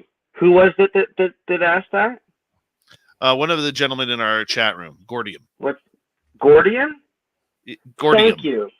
Gordium. Thank you. Thank you. I am going to. That's going to be great. I'm going to write that down right now. The gnomes of Tofino. Yeah, that's going to be good. Have you ever tracked down any gnome stories from across the province? Me? Yeah. No, none. I want to. I'm going to. This is great. Dave, give us a gnome story. No, I don't have any. But I used to be petrified of them until David Weatherly woke me up. Told me I wasn't allowed to be scared of them anymore because I could bring really bad stuff on me. But many of the First Nations communities in British Columbia, they actually are looking into and have studied and had interactions with little people, much like Gulliver's Travels, the old cartoon and folklore. Like the brownies from Willow. Yeah. Cool. Great. Wow. Dave, what was the story like when the last time I was up there? We were talking to your friend, and he was telling us a story about where he lived, about little people that were on his reserve area. Well, my friend Danny, he's First Nations, and his mom did something to upset the little people. So I remember I asked him one day, I said, "Hey, what are you doing tonight?" He goes, "Well, I'm," he was kind of silent about it. And I'm like, "No, serious, what are you doing?" He goes, "I'm making trinkets and hats for the little people." And I said, "Why?" He goes, "Well, my mother upset them, and they've gone and taken all of my mom's jewelry. So I'm making an offering to them. And, we have food and berries and everything for them." And I said, "Well, how does this work?" He goes, "Well, once everything is made, and I'll take the plate, I'll take it up to her room where her jewelry was, and then we'll sit there and wait." And so I saw him a couple days later. I'm like, "How'd it go?" And he's like, "Yeah," he goes, "I think it went pretty good." He goes, we put the plate up. About an hour later, we started hearing the sound of footsteps in my mom's room, and we heard some laughing and some giggling and some, things clanging around. And then all of a sudden, when it went silent, we went back up into the room. All of the hats were gone. All of the trinkets were gone. And all of mom's jewelry was back on the plate. Oh, yeah, dude.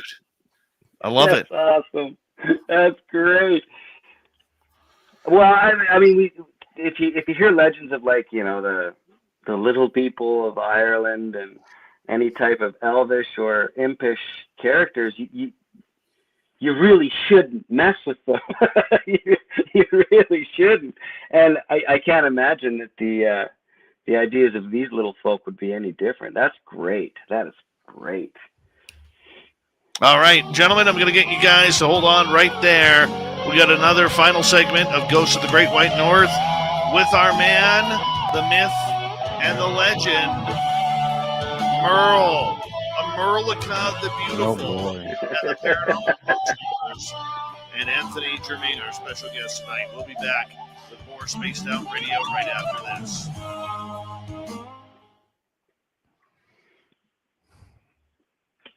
We're clear, boys. We're clear. Dave, did you get a new webcam? I've got 2. Okay. Just very clear. It's the lighting.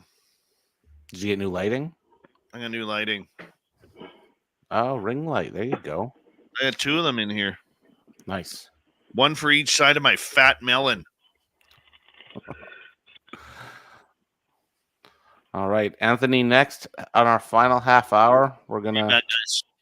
We have a lot of American listeners, so I want 3 stories of if people were coming up here, what legends or hauntings should they look into that you've come across or talked about? Oh man. Yep. There's some good ones. Well, I'm gonna give Barkerville a pretty big plug. All right. And the island. I'm on a big island kick. Okay, sure. Fantan Alley. Okay. Did you go there? I did not. The other Ooh. half went. She went. So How does she feel about that? crazy stories, crazy histories. That would be a place that I would really like to thoroughly investigate. Mm-hmm. Well, the thing is that Victoria itself, and again, I don't know a lot of the islands, things like in Nanaimo and stuff like that. I really don't. But Victoria, whew, that's a ghost hunter's dream. That's a ghost hunter's dream. Because there's so much. There's the history of it's so rich, and same with Barkerville. So I'll try to come up with another one. I think I've investigated Barkerville 7 times, 6, 7. somewhere around there. Rolled pretty hard since about 2014. So everyone's awesome up there. How did your guys' last trip turn out? Oh, dude, we got a lot of good stuff. Great. Yeah, we got some good stuff at every building we went into, actually. Oh, terrific. Yeah. It was fun. We will be back. Yeah. Oh, the Langham Theater you were talking about. That's up by the art gallery in Royal Oak, right? Yep. That's the one. Yeah. We I was upstairs, we were investigating where all the costumes were. It was me and my 2 buddies. It was just like, and my buddy Jane, my buddy Jeff, and all the military uniforms there. Doesn't matter what country they're from. Most of them are World War II era. Yeah. They're all original. They're all surplus uniforms. Yeah. And we were doing an EVP session, and we had our full spectrum camera out. And I can try and find the footage, man. But we were asking whoever was in there, because the medium we were with, he said that there's a couple spirits up there to show themselves, make themselves known. Wow. And we literally saw an arm go like this, like where the jackets Like were a hanging. sleeve? Yeah, the sleeve. Or did you? Oh, wow. That's awesome. Oh man, it was wild. So that was cool. Empress Theater, like you were talking about, I had an experience there. I went there on a work trip a long time ago, and I was just in my room chilling before like our work functions, and I heard someone in my washroom, but it was just me. No one was with me. It was just me. I'm like, huh? And then I listened again, and I opened the door. There's no one in there, so I closed the door again because it was creeping me out. And then someone was walking around in the washroom again, and then the door opened, unlatched, and opened. That's a story I just remembered when you were talking about the Empress. It totally jogged my memory. But that hotel's so old and so haunted. Oh, Much yeah. like your underwear. What about the underwear? I said, much like your underwear. Oh, maybe.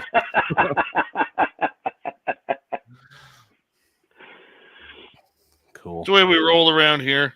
Yep.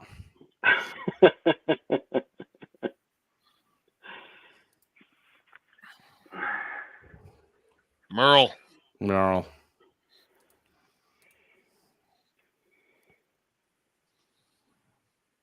All right, we got 20 seconds. Big thank you to Phil, Jake, and Mennonite Abe for the amazing super chats tonight. Hi, Super Duke from World Bigfoot Radio.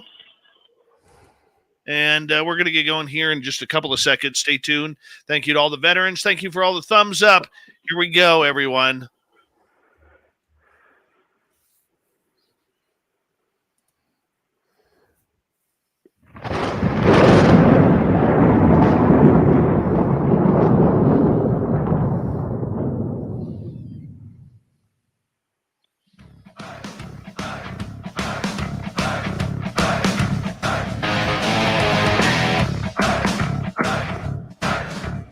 Past the halfway point of Spaced Out Radio tonight. My name is Dave Scott. Thank you so much for tuning us on in.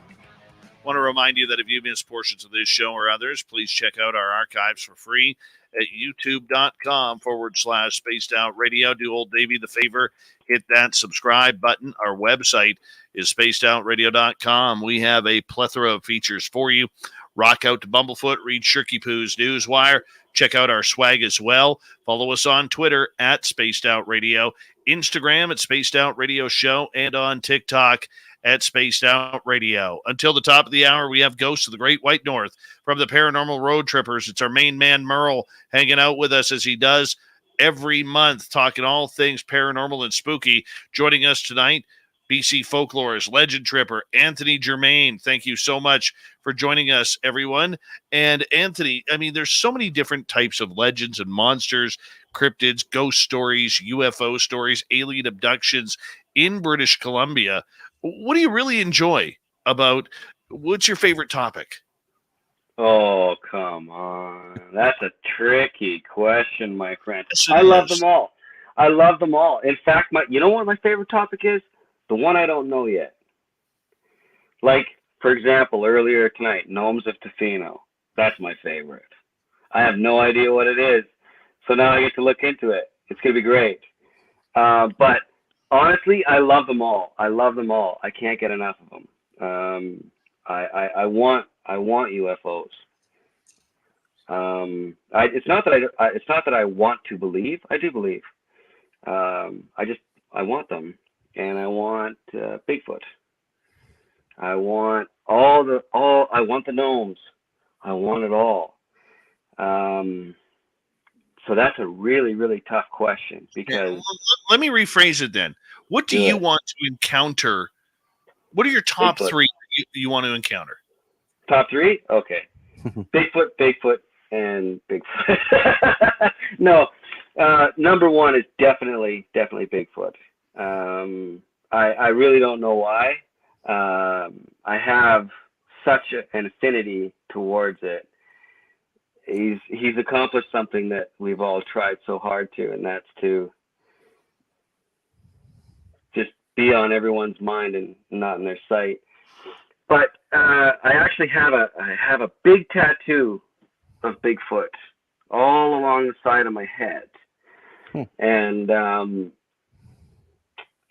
you can only see him when I shave the side of my head, because when my hair grows back and you can't see him, it doesn't mean he isn't there. That's how I feel about Bigfoot. Now that's a tattoo with meaning. Yeah. That's cool. Number two is definitely ghosts, because there's so many theories about why we still see their energy, what their message might be, what different types there are. There's so many different, it's an orb, it's a full body apparition, it's a feeling, it's a demon, it's whatever it is.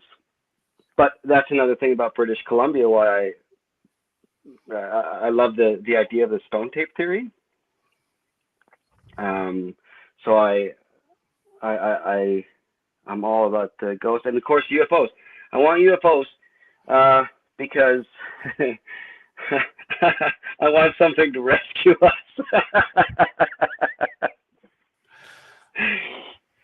Yeah. That I don't blame you. That I don't blame you. Where are you located, Anthony? I am in a very small town. The winter population is about 290. The summer population is about 1,000. It's called Wells, BC.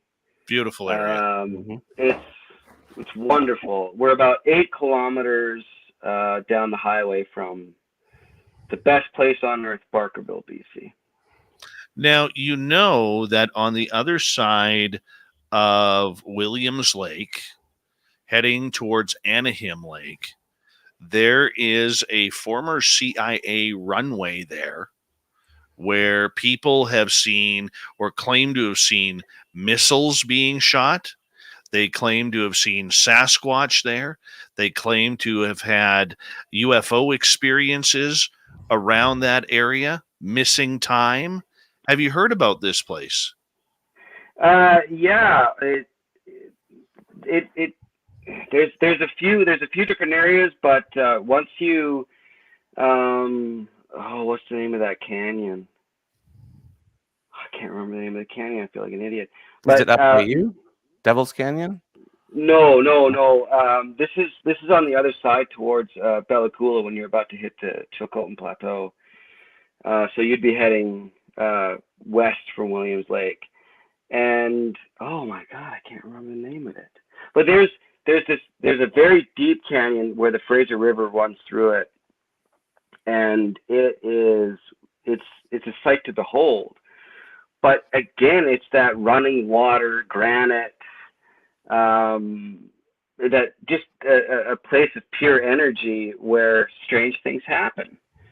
And I don't know where the CIA runway is, but I'd certainly try to find it. But I heard the stories of it. In fact, Williams Lake, I was born there. So I spent a good chunk of my childhood there and a little bit of my teen years, and I heard a lot of the legends there. Missing time there, though, a lot of people just say they were drunk. You're drunk. So that's what it always came to. But Sasquatch sightings, absolutely, especially because you're on your way. Once you go up the plateau, then you drop down the mountains into Bella Coola. And Bella Coola is that's a real hot spot for Sasquatch and weird things happening. Lots of spirituality there as well. Apparently, there are in that area a number of former and retired CIA members living around that runway. And the First Nations in that area, and there's a couple of different bands there that have confirmed that there's a lot of high strangeness around this area. In fact, on this show a couple of years ago, former spy and spook Richard Doty was telling us a story about how he was hunting for moose with another fellow CIA guy and their First Nations guide around the Anaheim Lake area. And they were up on a hill looking down into a valley, and they saw a Sasquatch in their scopes walking through the valley. And when they pointed it out to the guide is like, "I'm out. I'm gone." and they're like, no, let's stay. Let's try and track this. And Doty was literally said, the guide was like, "No, we are leaving right now. You can either stay here and have this thing kill you, but it's not getting me, and I have no problem abandoning it." So they ended up leaving. They didn't get their moose, but they ended up leaving because of their Sasquatch sighting. I had one thing happen to me that had to do with moose in that area that wasn't as cool as seeing a Bigfoot, but my uncle and I were tracking a moose, and it was still quite snow. Like there was a lot of snow on the ground still, so it was easy to track. And we were in an open meadow. It's very nothing. It wasn't foggy or anything like that. And we were stepping in its footprints. We're like, "Oh man, this is going to be easy." And then its footprints in the middle of this meadow stopped. That was it.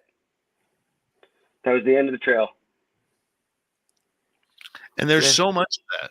You know, like I was talking to a couple of Sasquatch researchers here recently, and talk about high strangeness when it comes to not only this creature but a lot of different animals.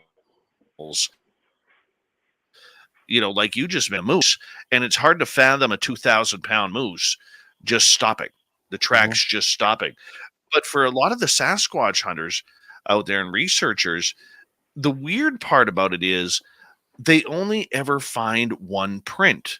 But what's even stranger than that is from that one print that they find, about 98% of them, 99% of them are right feet. You never find a left foot.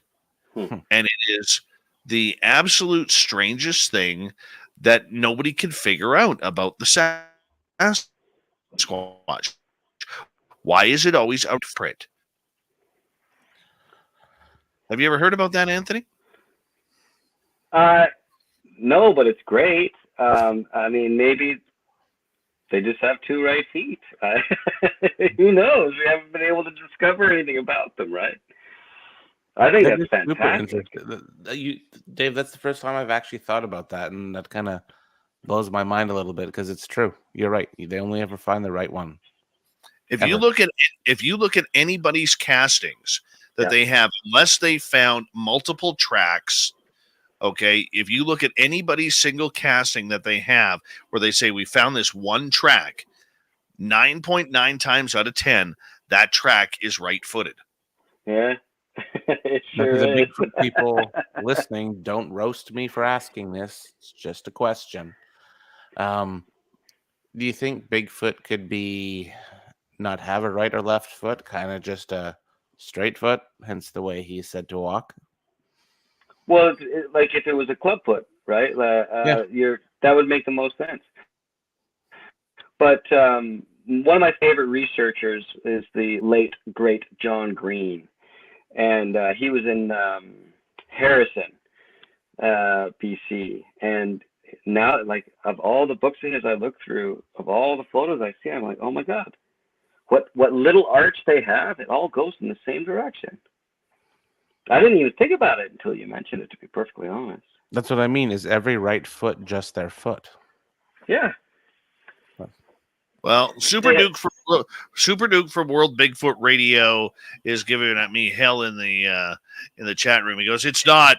I have left foot tracks, and so I'm going to do this in Duke's voice. It's not.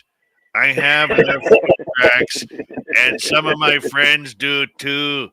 And then he goes on to say, "Entire trackways up to 3 miles long have been found and filmed." I love the way he talks. I do. All right. Well, if anybody would know, it's him. No, but, I'm not saying that there aren't left footprints out there, because they have been found. It's just the majority of people who I have talked to within the Bigfoot community always seem to, when they see a track, usually it's right-footed. So it's just kind of weird. Mm-hmm. So British Columbia, Anthony, has a very diverse population and very diverse culture. And that's one of the reasons why I absolutely love living here, and there's a lot of legends that come from the First Nations communities, the Chinese communities, the Southeast Asian communities, and so on and so forth, with whether it's, Middle Eastern people coming over here and talking about the jinn, or whether it's, people who've been here forever who talk about, ghosts on their farmland, or ghosts up in the mountain, or lights in the sky. I mean, this is stuff that has been seen for centuries. What do you think attracts British Columbia to all of this high strangeness? I actually think that high strangeness happens everywhere. It happens everywhere. But I also think that British Columbia since its inception, when it was almost called a New Caledonia. It was a melting pot. It was a melting pot of people from all over the world that were coming up for the gold rush, and of course they're bringing with them their own take on things, their own folklore, their own legends, like you were saying earlier. And sometimes I think that because it's so vocal and it's a multicultural melting pot and always has been, I think that that's why the legends and the stories are more readily told in British Columbia than the actual. I don't think it actually happens more here. I just think that people are less concerned about discussing it. One of the things that I have learned through this, and I'm curious to get your opinion, I know Mike has a lot of my same feelings and sentiments about this. A lot of these legends that are around British Columbia all seem to stem around the First Nations people. And for some reason, us as researchers really have a hard time paying attention to that, whether it's Sasquatch, whether it's the sea monsters of Cannon Lake or Okanagan Lake, or on the west coast of the ocean waters. There's a number of sea monsters in British Columbia. And I'm looking at what your thoughts are regarding the fact that we have so much going on here. The Indigenous people have really tried to talk to us about it, but for some reason, our scientific minds and the way we just haven't allowed that belief yet. I couldn't agree with you more. I really couldn't agree with you more. I think that the Indigenous legends and tales are the ones that should be listened to the most, because I think that they're, and I could be wrong, but I think that when a foreigner comes into the Indigenous land and they start making their own homesteads and making it their own, they also bring with them their own bias of phenomenon. Like we were saying, it could be the jinn, it could be the devil, it could be all these different things that we brought with us, and ignore the stories that have already been here, telling you exactly what it is and what it has been for 1,000 years, and this plain, simple knowledge to the people that were already there. So I don't actually think it's a scientific mind that gets in the way. I think it's a biased mind that gets in the way. I think we've just adopted our own, well, I shouldn't say we, but you get my meaning. I think that, a lot of colonizers have adopted and brought in their own explanations, and that's all they need. And I think that's actually, it's a very sad thing for society, and it's been happening for hundreds and hundreds and hundreds of years. Close-mindedness. Yeah, exactly. If an Indigenous person came up to me and said, "Hey, do you want me to tell you the legend about somebody that crossed the street?" I'd be like, "Yes, I do," because it's going to be an incredible story with a meaning at the end of it. Yep. Whereas I'd be like, "What are you talking about? It's just some jerk across the street." And so Indigenous stories are the best of them, and we need more. I couldn't agree more with that. Like I remember talking to one of the elders up here, and I asked him point blank about Sasquatch. And he goes, "No, we don't get a lot of Sasquatch." And then he kind of mumbled under his breath. He goes, "I just wish the damn star people would leave our people alone." Right? Because wonderful. Every year there is stories up here of Indigenous, and it's usually Indigenous males, being found either passed out or being found incoherent, lying on the middle of the road, and they get hit by cars, they get hit by logging trucks. That's terrible. It's horrible because the unfortunate part about it is, a lot of people use stereotype in order to say, well, there was another man drunk on the road or stoned on the road, and it isn't that at all. This goes beyond what we are talking about. And a few years ago, when I first moved up here, it happened like to 3 different men, right? And the community knows what's going on.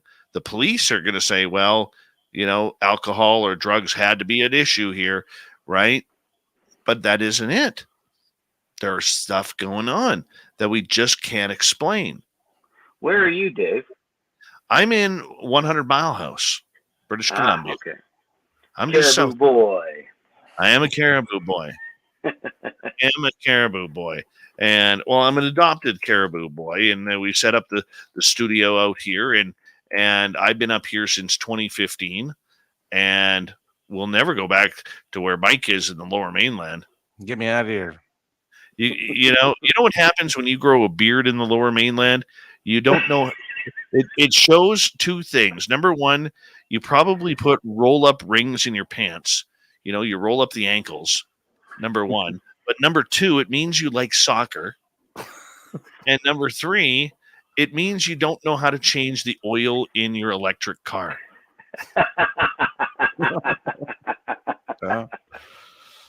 Or to put the gas in it. Yeah. So it just bugs me. Gentlemen, we got about 2.5 minutes to go here on Spaced Out Radio, and what a lot of fun this has been. And Anthony, we definitely got to bring you back. You're really our type of people around here, man. So thank you, Merle, for introducing us to Anthony. And Anthony, really appreciate hearing your stories and your love of finding these legends and these really cool stories, man. I appreciate you guys. It means a lot to me. Thank you.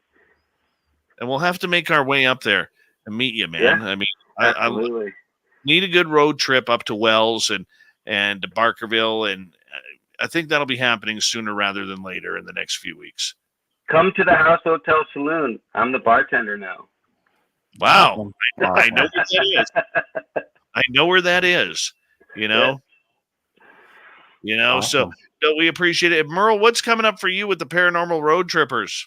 The Paranormal Road Trippers are heading south next month for a while to Oregon and to Washington. I'm going to St. Ignatius Hospital, and I'm investigating there. I'm going to do some investigating in Seattle, and off to Nevada in August.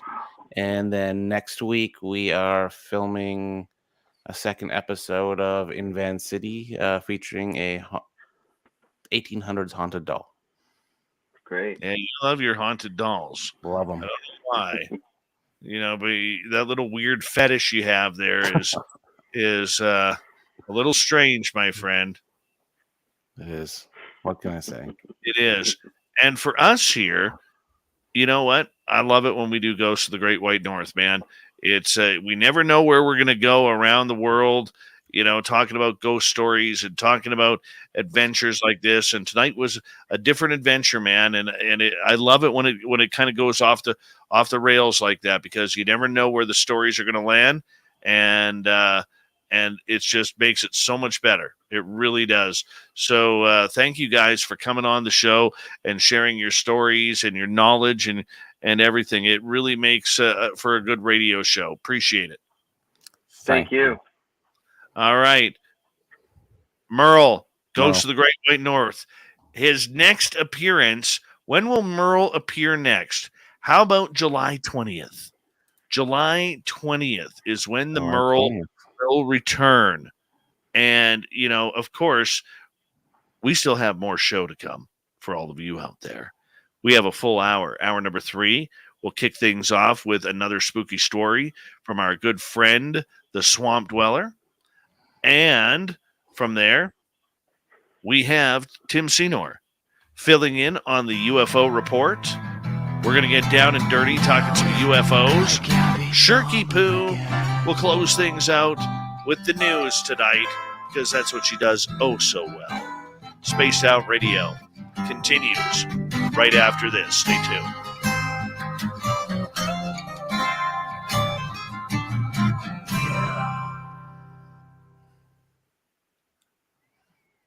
Mary Merleness. Mary Merle. Uh-huh. Merle it up one last time for our man Merle, people. Merle. Hi, gorgeous Jessica S. Oh, that was fantastic, guys. Cool. All right. All right. Thanks, Anthony. We will chat to you on Friday. Yeah, no, thanks for having me, you guys. It was a lot of fun. I'll come into your bar, man. Do it. Do it. It'd be great. I'd love it. Awesome. All right, guys. I'll do the disconnecting if I know how to. All right, I'll kick you out. There you go. Oh. Bye, buddy. Later. Night. What a cool dude, man. What a I cool like him. dude. Yep. Yeah. Solid. Look at all the Merle love you're getting, man. Oh, Merle. They love the Merle. See, they need their Merle time. They Need are the Merle time. Merleaholics. Merleaholic Anonymous. Uh-huh. You look like you've lost weight, Merle. Did it go from your chin to your ass or what? That's what COVID does to you. You don't eat for a week, and then you kind of lose your. I can do this for you if you want. So in other words, you had Merlevid. At Merlevid, yep. Merlevid. Close encounters with the Merlevid. You know how it Holy is. cow. Look at Shane. Look at the separation between Shane and his hair. That's not a 4-head or a 5-head. That's like a 6-head. Oh, classic Shane.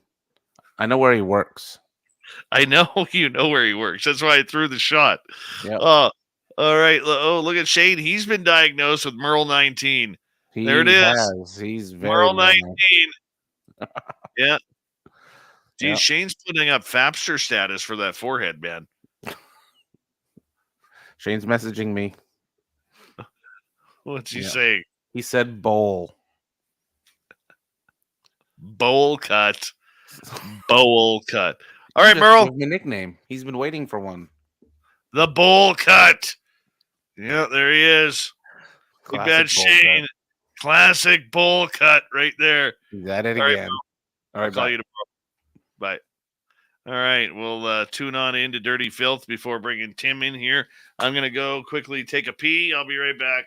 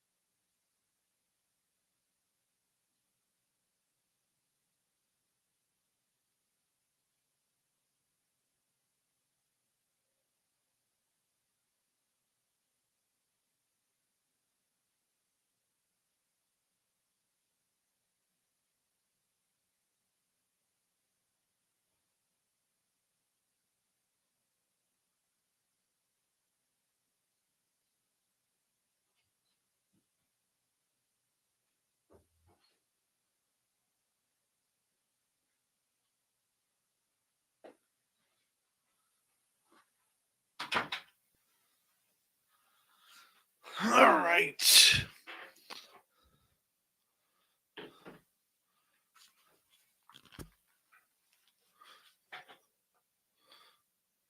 So after the show tonight, when we sign off, just so you know, there's not going to be a little after party. I have to run down to the museum and see what's going on there.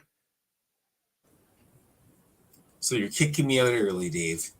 Well, at midnight. At midnight. It's because I love you. I love you, Filth. I'll go play with cats, watch them. Well, you're crime cat series on TV. You are cat guy. Oh, I love dogs, Dave, but I just got no room for dogs. All right, Phil. Sorry. Oh, shoot.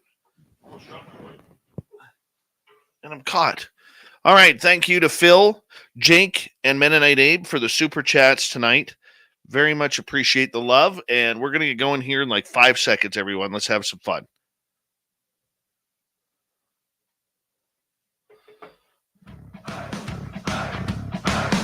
Would you like to connect with us? Head to spacedoutradio.com for all your latest show info. Now, back to Dave Scott and SOR. Third and final hour of Spaced Out Radio is now underway. My name is Dave Scott. Thank you so much for tuning us on in wherever you are on this beautiful planet we call Earth. Hello to everyone listening in on our terrestrial affiliates around North America and digitally on Odyssey Radio, TalkStream Live, and KPNL. All of our archives are free. Join us at youtube.com/Spaced Out Radio. Do old Davey the favor, hit that subscribe button. The Desert Clam has set the password for tonight in the SOR Space Travelers Club. Zephyr Shurin is your password. Use it wisely, Space Travelers, as the Clam sets the password each and every night right here on Spaced Out Radio. Our website is spacedoutradio.com. We have a plethora of features for you. Rock out to Bumblefoot, read Shirky Poo's Newswire, check out our swag as well. Follow us on Twitter at Spaced Out Radio, Instagram at Spaced Out Radio Show, and on TikTok at Spaced Out Radio. It is time once again to head into the swamp. Our resident swamp dweller has another spooky story for us. Hi, Spaced Out Radio listeners. This is Swamp Dweller. It's time for your nightly dose of spookiness on the show. If you have an interesting encounter or a spooky story that you would like to share, be sure to submit them in at swampdweller.net. You can also find our YouTube channel at youtube.com/swampdwellerreads. Now, let's chill out, relax, and together, let's enter the swamp.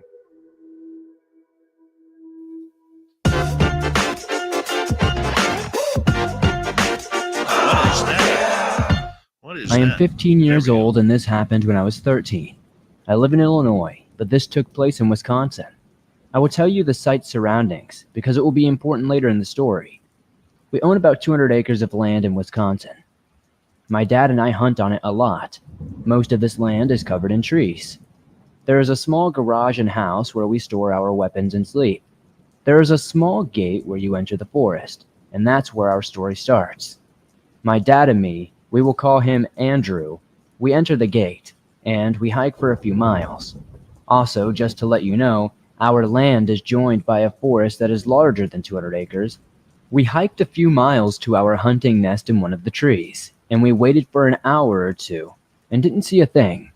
No animals or anything, only birds singing and squirrels hanging out. After another hour of waiting, everything suddenly goes silent. And if you know when there is a large predator around, other animals generally become quiet and leave the area or hide. So we thought a bear was somewhere around us. Still, my dad told me bears don't live around here, so we questioned why it would be so silent. After about a half an hour of silence, I saw something I told my dad about, and he saw it too. I will give you the best description I can provide you.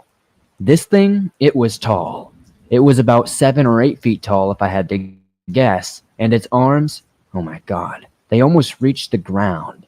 It had these small yellow eyes and a vast, gaping mouth. We were scared absolutely crapless, looking at it until it snapped its head and looked at us, and growled. We thought it was going to attack us at any moment. Still, It just kept looking at us, like it was determining if we were alive, or if we were food, or maybe something like that. But after it darted by us really quickly, we had to turn around slowly. When we looked, it was still staring at us, but only for a few seconds, until it zipped into the forest, and we didn't see it until again later. So, I and my dad contemplated what the heck we were going to do. We had no idea what we had just witnessed, and what type of creature this was. We had no clue.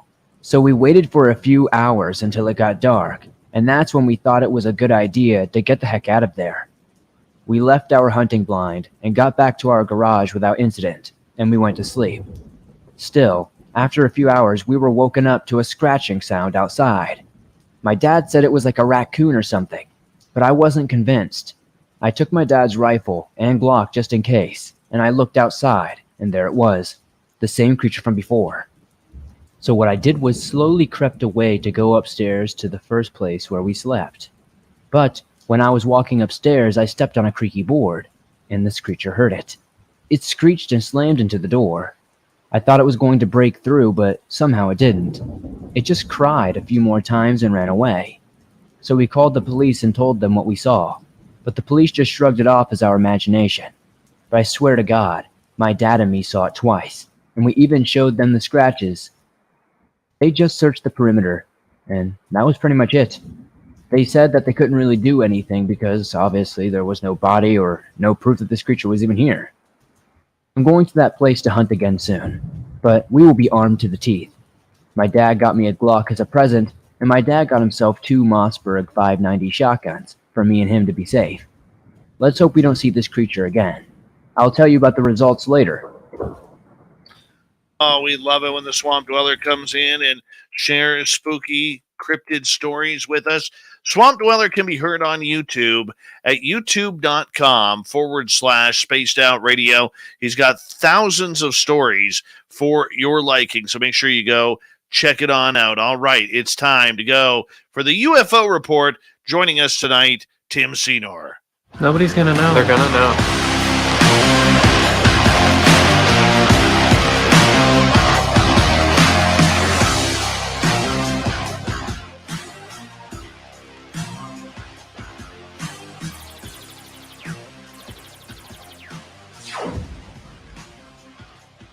Big Bad Tim comes back in to Spaced Out Radio Land and hangs on out with us with some incredible news once again in the UFO world, including a video that you want to share with us, my friend. How you been doing? Oh, I've been doing real well, Dave. How about yourself? I am fantastic, my man. Fantastic. You know, I had a busy day filming with a television crew here in town, looking into some local ghosts and legends. And then I had to rush back after getting interviewed at my the museum that I did my tour on, and then rush back into the studio and get everything kind of put together. And I'll tell you, I have had a busy day running around with lots of woo, my friend. Lots of woo. Sounds fun. So you're talking about an investigation you're doing. That's great. Well, not me. I'm kind of the backbones guy because it's at the museum where this was going on. I was used to do tours there, paranormal tours, you know? And so that's where they want my information. I'm already getting text messages. I must have impressed somehow, somewhere, because I'm already getting text messages from them saying, "Hey, get your ass back down here. Nothing bad's happening. We just want to hang out with you a little bit more, and you to tell some stories." So that's what I'm going to do. All right. They need your juju down there. Absolutely. Absolutely. You have some cool stuff for us here tonight. I do. Where do you want to start? Oh, I was going to kick things off with the 3 mysterious flying objects that have been seen in this new military UAP video. It could just be birds, some people say, but I think that maybe there's something to it. And so this is concerning a new video that was released through the debrief recently concerning the U.S. Army Apache attack helicopter video. And I'm not sure, have you had a chance to see it yourself, Dave? I have seen that video, and I don't believe it's birds, man. You know, look. You're not I'm sure. just gonna put it out there, Tim. A lot of these videos are tough to take. They really are. But I am still of the essence and the belief that somebody flying a $50 million helicopter or a $60 million or $100 million jet fighter sure as hell can tell the difference between birds and something anomalous in the sky. And I am so sick of hearing this argument. Look, I'm not saying we shouldn't question the videos, Tim, any of them. We should ask questions. We need to ask questions. But at some point, when are we going to realize that you don't put dummies with bad eyesight in $100 million jet fighter like an F-22 or an F-35 or a $50 million aircraft like a F-16, an F-18, or an F-15? You're absolutely right. And I guess for me to play devil's advocate here, let's look at the brand new released information coming from the war zone about the new details that were given through the new FOIA that describes and provides new video that shows clearly what took place back in July, I believe, of 2018. Not with the Omaha. I'm sorry, I'm going to have to look back at my notes. But this new video that came out confirmed that the drones that we thought we were filming, again, and maybe this was partly on the Omaha, this new videos that being released are confirming, in fact, that these were, in fact, coming from a ship that was a container ship coming from Hong Kong. And so what we're seeing now is more details coming out confirming that some of these things are actually mundane. What that tells me is that some of the stuff that we're being given is in fact mundane. And so we can't just assume that something that's being released is automatically UAP. We still need to consider exactly what we're looking at before we jump to UFO or UAP. No, and I agree with that, and I know that kind of contradicts my last statement. But I mean, at some point, why would the government define them as UAP if they knew they were drones? Right, and so they're calling them UAS or UAS. So that is an unidentified aerial system. Right. And the Snoopy guys in this case were actually on the USS. Oh, I want to say Omaha. And you can hear them describing it as a UAS. And in fact, in this new release video, you can almost even hear rotors from this drone system that they're filming. So information is really quite important to have. On the same note, let me consider this with you just for a moment. Now, let's say that there's more information on all of the releases. So here we are with some newly declassified videos that show that this is a mundane drone system that we're filming. But what that tells me also is that there's many systems recording all of this stuff at the same time. And so when we get just one gun mount video of a Tic Tac, feel sure that there's other sources of data out there, and we're just being shown trickled out information as it's disclosed through either FOIA or their hand is forced through some other means to disclose. So in other words, the government is sending us bogus videos that they already know what they are, but they're claiming them to be unidentified aerial phenomena. Does this not put into question then people like Lou Elizondo and Chris Mellon and others who claimed these videos were of real UAP? Oh, not at all. I think, in fact, what it shows is they're along for the disclosure ride, right? I don't think that they knew that this was mundane any more than we did. So let's just look at it like this. A lot of that information isn't available or classified in a fashion that can be made available because of how it's sourced. And so let's consider that that information wasn't made available even to the people. And let's remember who actually disclosed this information. Consider the sources. But again, I don't really think that anyone from that team in particular came out and professed any of this to be UAP. I think this was just people that said, yes, these are confirmed videos coming from the Navy.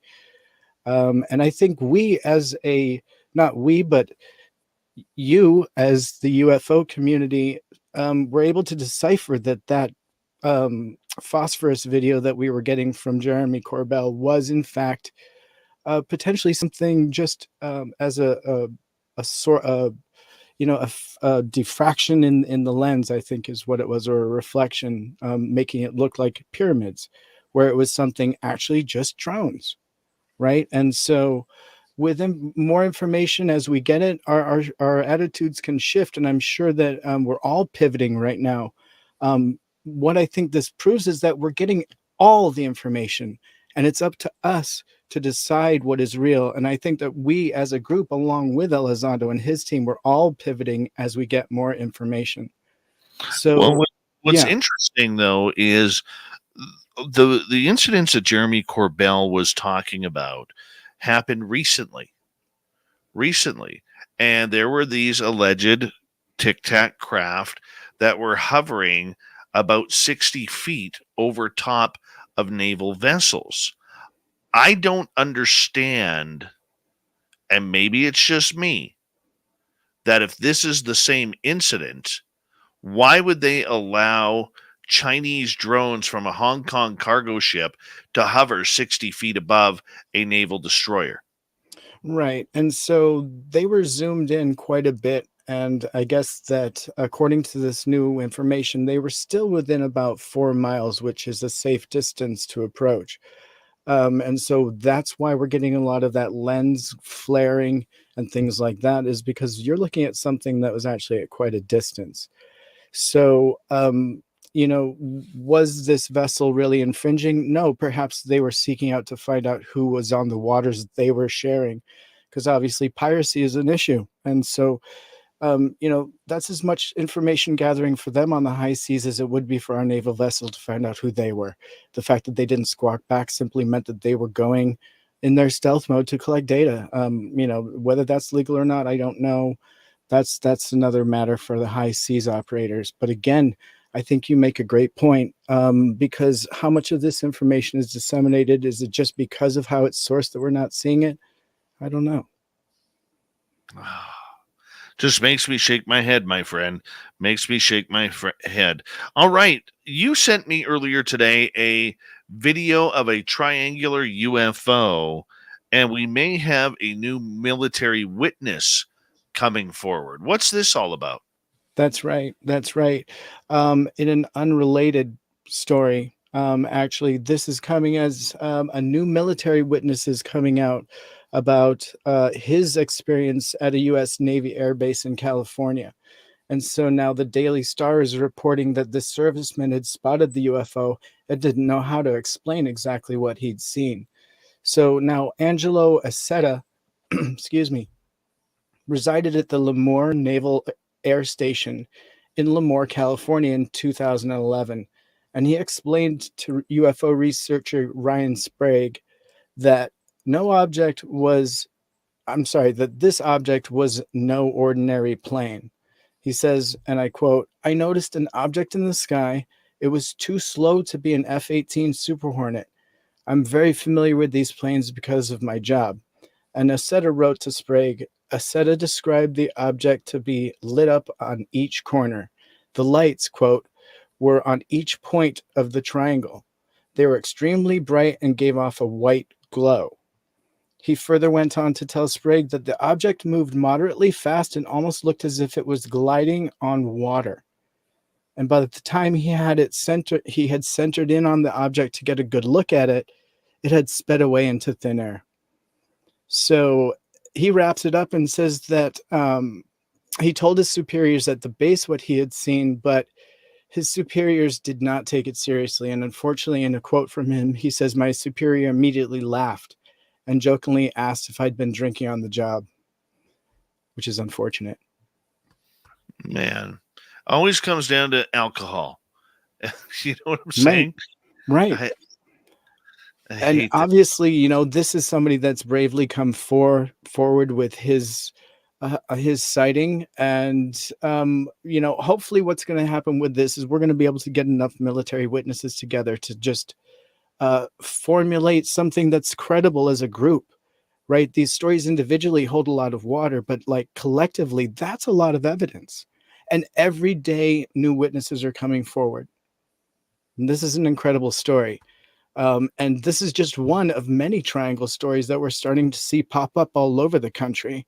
But it does seem like, I know it was a lot on the East Coast, perhaps in the 80s and 90s. And it seems like 2020 and beyond, we're seeing a new flap, quote unquote, and it's all on the West Coast. Dave, do you get any up there in Canada? What's your triangle situation? The lower mainland of British Columbia, which is Vancouver, south to a town called Hope, where they filmed the original First Blood, and John Rambo became a character. Right. That entire area sees numerous and reports and films numerous black triangles every year. That's where I saw my 2 black triangles, was in the lower mainland area. That is where numerous people have filmed, especially from the what we call the Fraser Valley. Okay, so the Fraser Valley is more of the countryside area from about a city called Langley east towards Hope. And literally, there are a number of triangle sightings that happen annually. And what are your thoughts? Are they ours or theirs? I don't know. See, the 2 that I saw, Tim, were completely different. One was massive, and my friend and I witnessed that, and this thing literally looked as big as a city. The other one, and it had the 3 lights on the points. Was this boomerang style or a solid No, this triangle? was a solid triangle. Oh, wow. But the triangle I saw previous to that was the entire undercarriage was covered with what looked like dumbbells of silver orbs connected to orange rods. Wow. And the weird part about that is right before that, we saw that triangle. And when I say we, me and a couple friends on my patio having a beer, we saw one of those individual orange rods with silver orbs on each end, dumbbell shape, race across the sky. Like it had come off of the triangle? No, this was about 25 minutes before. We saw the orange rod race across the sky. Okay. From the southeast to the northwest where we were. And then 25 minutes later, I looked up, the triangle was above my house, and the entire undercarriage was these dumbbells. I don't know how else to put them. Yeah. Wow. Wow, Yeah. Dave. That's an intense story. So Canada does have triangles. Do you know historically, is there any hotspots up there or? Well, there's my area. There's an area along, I believe, in Ontario, around the Metro Toronto area, that sees a lot of black triangles. In Quebec City and Montreal, black triangles have been spotted there. So it's very interesting. Right. Right. Do you think that they're attracted to the coastline, or have you gotten stories that are inland? Well, see, this is where it gets tough to judge, and let's talk about that when we return from the break on Spaced Out Radio. Tim Senor is in for the UFO report. Hanging on out with us. Dirty Filth is making another painting. Looks like some bokeh on the water. And we'll continue with the report when we return on Spaced Out Radio next.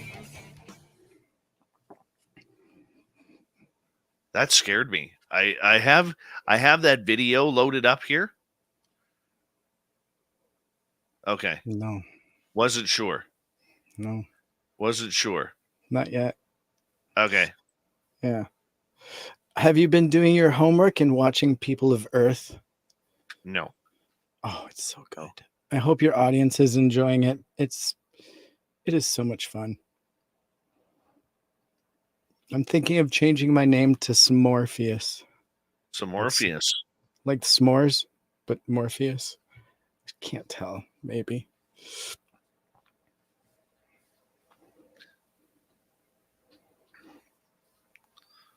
Hudson's on a break, Jeremy. Told you that in the chat room. Hi, Dirty Filth. Hello, Dave. You're looking mighty filthy tonight.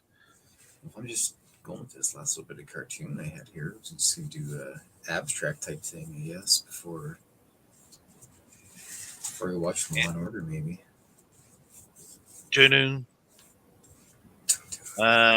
Anyways, Tim, to add to my my triangle story, this is where it gets really, really screwed up. The one on my patio. My two friends that were over that night having a beer on my patio at about 1 o'clock that afternoon, I invited them over to say, hey, and I literally, quote, end quote, said, hey, why don't you come for a beer on the patio tonight? And I'm going to light a fire because I got one of those little fire pits that you put on your patio, those portable ones. Mm-hmm. I said, we'll light a fire tonight. We'll roast some marshmallows, have a beer, and we'll watch some UFOs fly over. Do you know how to start a fire, Dave? I know how to start fire. Hi, Gorgeous Larry. What's the name of the song that just played? What is that one? That is Abnormal by Bumblefoot. Abnormal? No, that's not Abnormal. Which one is that? It's called Hands by Bumblefoot. Hands. Hey, there's Anonymous Rex in the chat room. Hello, gorgeous Lucy Bell. The stunning Amy Vegas O. Mm-hmm. She had great hair in Vegas. Amy did. And just so you know, Amy, Tim and I may or may not be in Las Vegas the 10th through the 12th of July. We may or may not. It's a secret. Hey, there's the scowling Greg O'Brien. Get off my lawn! There he is.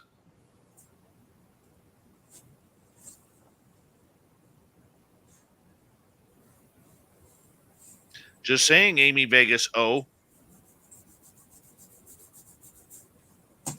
Since you kind of live in Vegas. Climb the Luxor. No way. No way. That looks scary.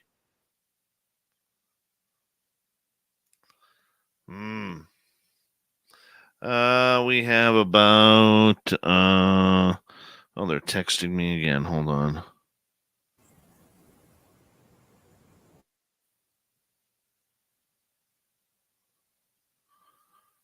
All right. We got 1 minute.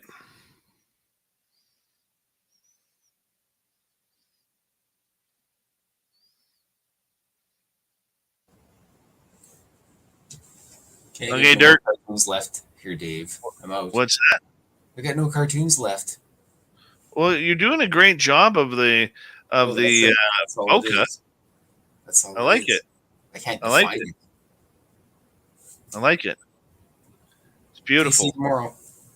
Good night, Filth. We love you, man. Have a good night. Bye. That's Dirty Filth, everyone. Getting dirty with you with his artistry. Did I accidentally mute you? No, you muted yourself.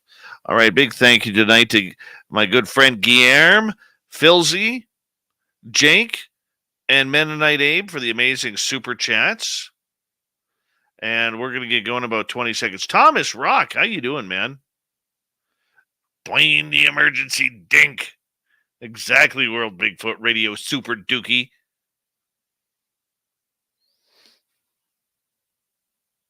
I like it. I like it a lot. Here we go, everyone.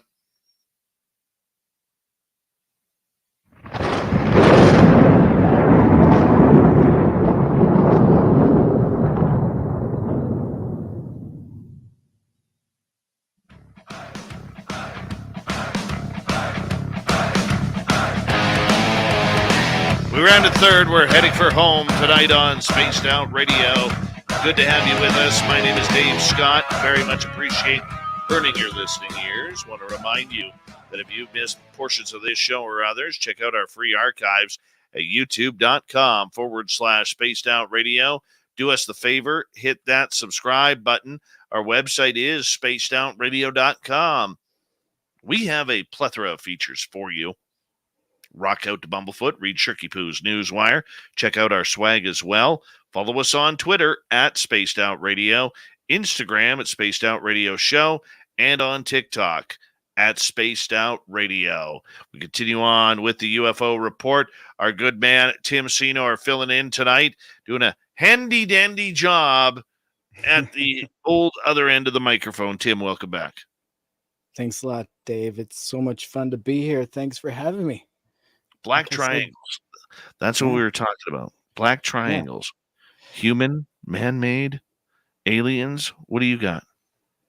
Well, that's my question, because I'm hearing from good sources that there's two distinct kinds, right? The TR3B, which I'm assuming is named that because it's our design. And specifically, I've heard there are white lights on the corners and a red pulsing light in the center of the TR3B.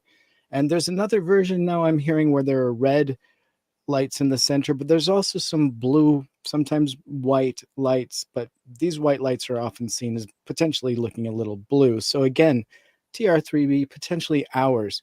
And now there's this other version where a lot of people are seeing a white orb or a golden orb, and it changes into, let's say, three perfect dots with a white center in the middle of white light. All white lights or gold lights.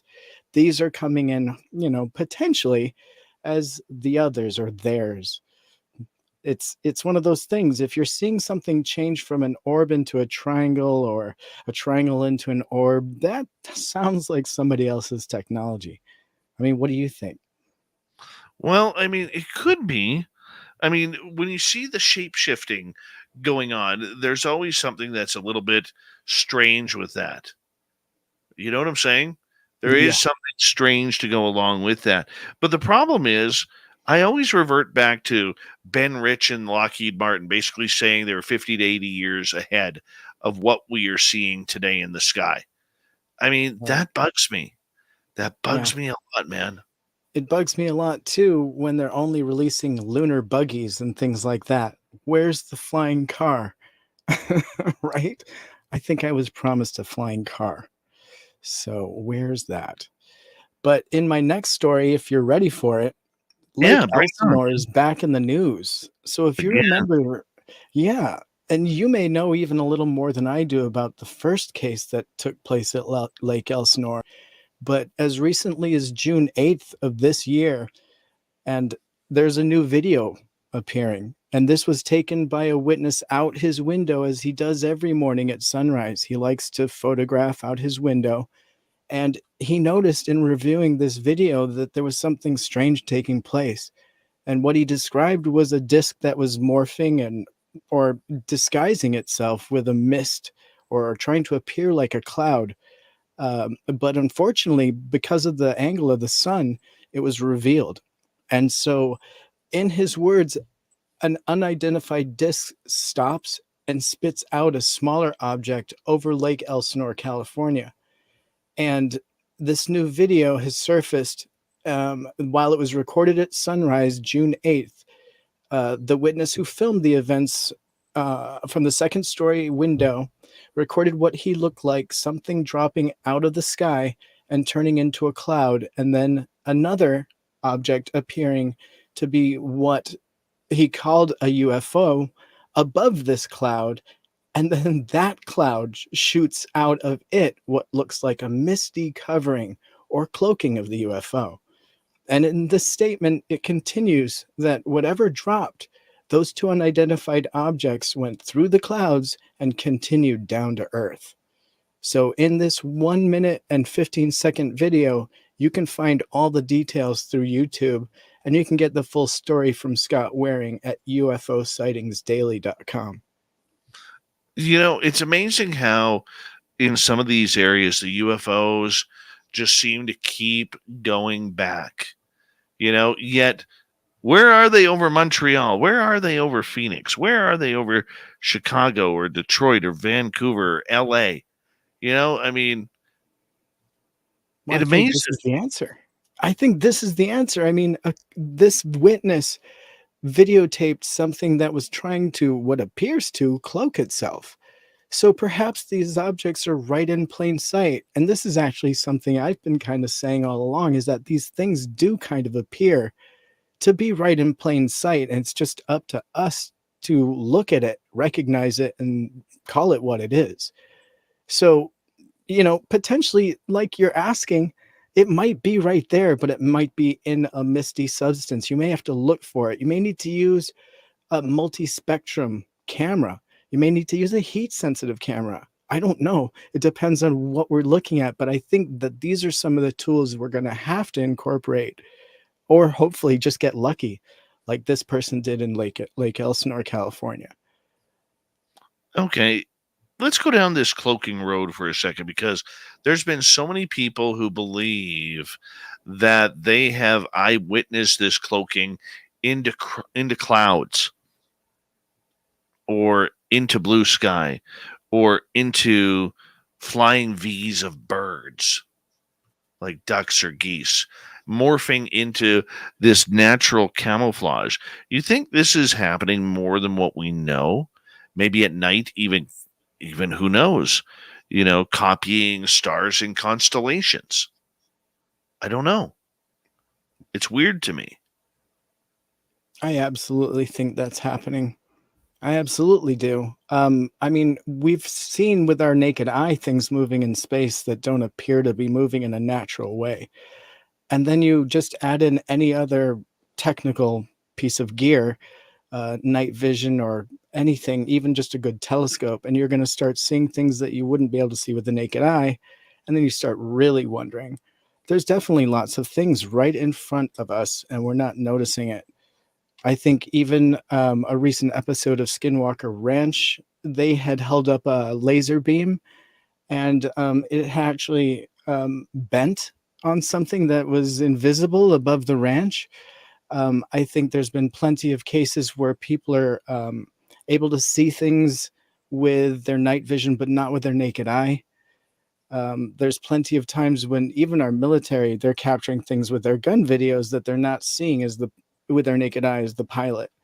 So I think that that's really interesting, because I think that what that tells us is that these things are existing in potentially another light spectrum. I mean, I don't know what a parallel universe would look like, but that's another big story. But I definitely think cloaking is taking place. In fact, military witnesses have come out to me with their evidence, and it's very obvious that there's dark triangular shaped objects, and they've used clouds as cover. And even in some of these photographs that have been released, you can see this triangle, and you can see this right at Anonymous Rex. I've released it in some clips.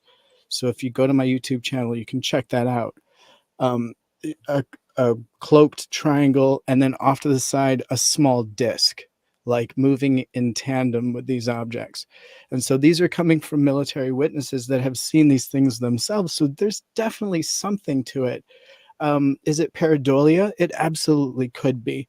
But at the same rate, seeing it over and over, and you got to consider the sources that are reporting it over and over. At some point, you kind of have to scratch your head and wonder, maybe these systems are using cloaking. I definitely consider it.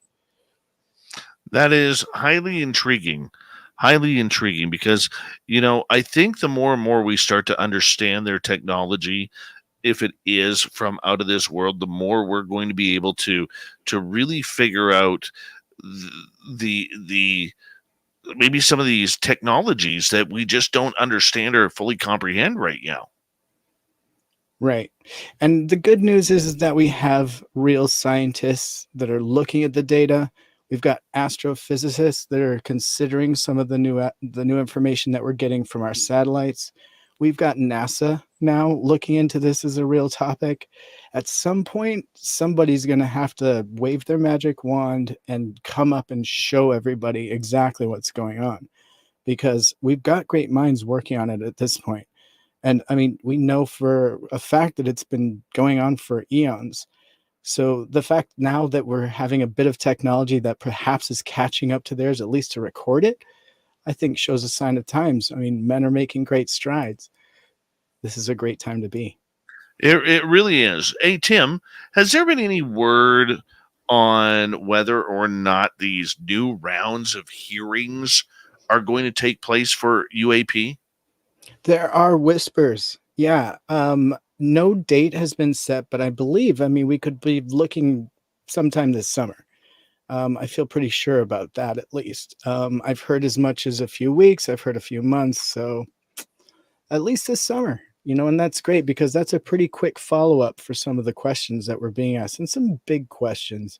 Let's hope at least in this round, we go a little bit more prepared and we're not stumbling to show video and freeze frame on the actual UAP that we need to be fixed on, right? Let's present professionally. And, honestly, it would be nice, and I've said this a few times, to have organized scientists with real data go up in front of, Congress. I think that's really our next step. And so really, this is just the next push. And I think that's going to be part of it, is getting the real data, not necessarily collected by NASA or the new foundations that are being put together through the government. Independent data is as valid, I believe, as anything that can be collected. Galileo project is going to hold some water. One of the big things that I look for in these next set of hearings, if and when they take place, is, well, there's a couple things. Number one, I'm very curious to see who they're going to put on the stand to speak. That is going to be a major round of importance on who speaks next, because the other two were not prepared. Right. They were not prepared at all. I don't care what anybody says. It was a bad display. It looked bad. Right. And with people being vocal like Tim Burchett that are demanding this transparency and not putting up with this laid back, laissez-faire attitude that they've had up until now, I think that they're going to come back with something a little more valid, with some more, at least ask the right questions, because at this point they're still kind of floundering. But I think you're absolutely right. It's coming. And I think it is a growth process, perhaps, for people. It is a big question to have to take seriously, but it is definitely time. And obviously, whether it's a phenomenon or something mundane, it needs to be discovered. And we need to be sure that it's not a threat. Obviously, we don't consider it one at this point, but we have to consider it because it's an unknown. And so really, I think this next round is going to dig a little bit deeper. But again, I don't like expecting much. So at least that way I won't be disappointed. Well, you know what? I think it all depends on the questions that are asked too, Tim. We don't need swamp gas. Swamp gas is 1950. We don't need Russia or China.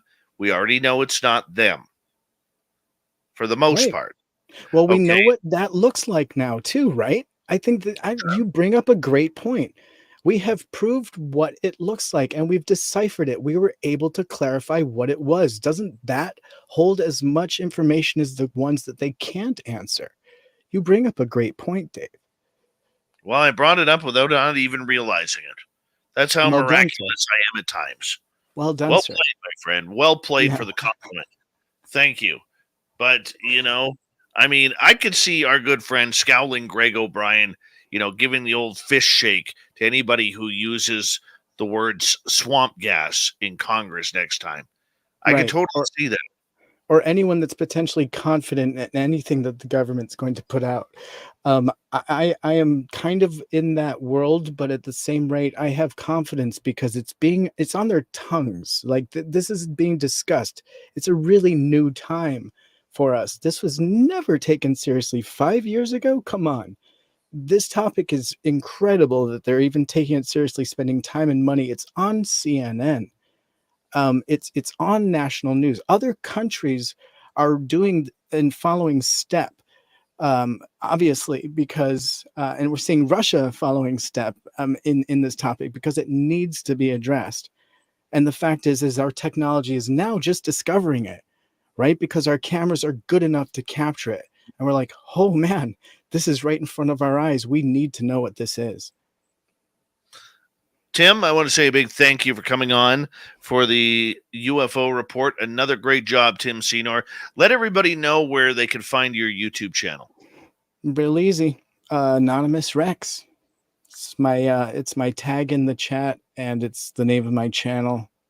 And so that's real easy to find. Awesome, my friend.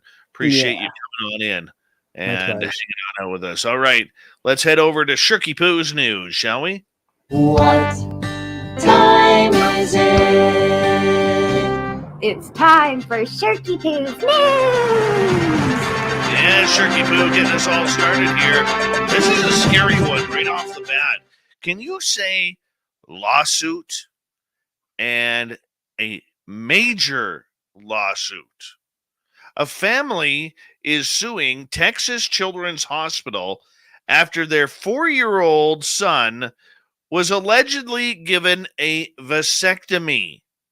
The boy, who was having surgery to treat a hernia in his groin last August, instead had an unintended vasectomy performed on him, says the family's attorney, Randy Sorrells. The standard procedure is to properly identify the anatomy, and then you cut, Sorrells said. I think the surgeon failed to properly identify the anatomy before cutting in this case. Dr. Susan L. Jarose recommended a right inguinal hernia repair, and I apologize if I said that wrong, after the 4-year-old complained of swelling in his scrotum that worsened in the evenings. But instead of removing the hernia, Jarose allegedly also cut the vas deferens, the tube that carries sperm out of the testes. His parents were advised on what happened and informed of possible short or long-term consequences of this injury, including reduced fertility. While apologies were given, full accountability was not accepted. Sorrells and attorney Tom Omondi said of the hospital staff in Houston, the parents now face the difficult task of explaining this to their son at an appropriate age. The family, who has filed a lawsuit for medical negligence, is seeking $500,000 in damages and are most concerned about the impact this could have on his future. I don't think it'll be an impossibility to have children, Sorrells told Fox, but it could make it more difficult. Texas Children's Hospital, located in Houston, is ranked number 2 among the nation's children's hospitals by U.S. News and World Report. You know, look, accidents happen like this. They do. But man, I feel for that little boy. I do. I don't know how you're going to feel about this one, though. A couple from Georgia are getting ready to have a baby. Yeah, isn't that nice? Now, that may not sound like news, but when the woman is 61 and her husband is 24, the logistics of it all could put a damper in their plans. Cheryl and Karan McCain often share their love story on their TikTok page, and while the comment sections of their posts are filled with haters and disbelievers, they insist their marriage and their love for each other is actually awesome, and it's the real deal.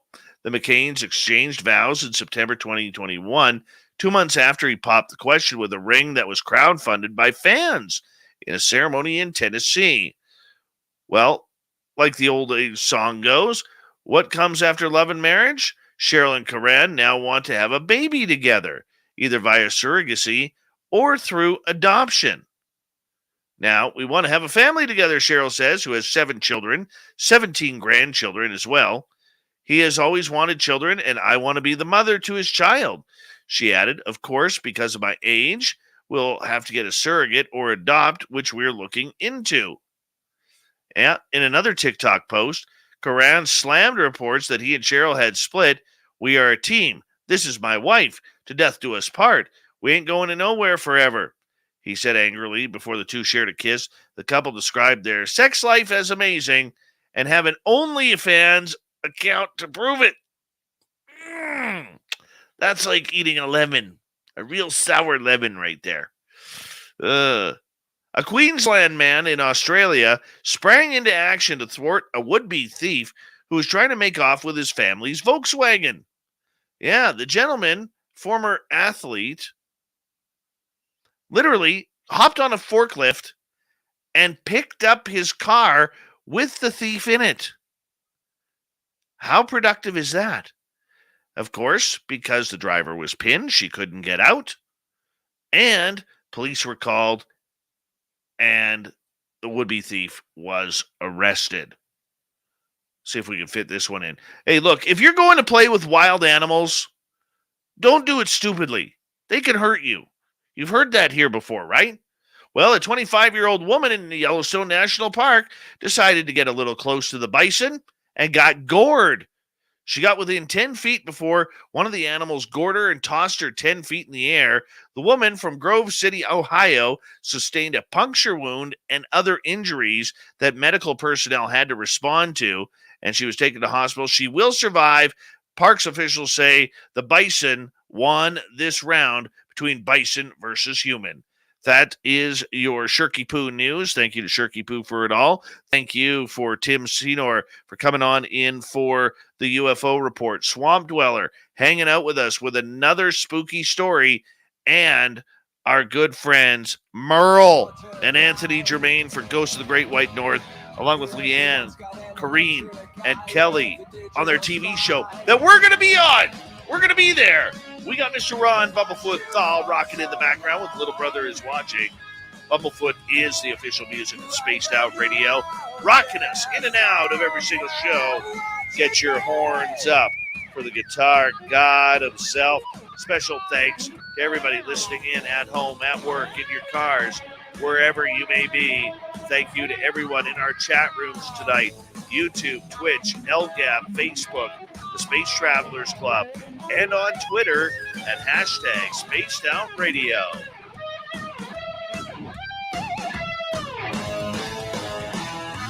I know you're out there somewhere. Remember, this show is copyright by Spaced Out Radio and SOR Media Ventures Limited. Thank you so much for choosing to share your evening with us, because together, my friends, we own the night. Mr. Bumblefoot, we need a favor. We need you to take us home.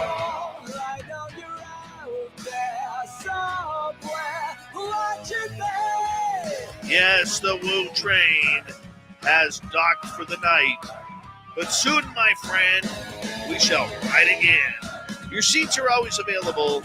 Your tickets never expire. And if you want to bring a friend, we've got room for them too. Good night.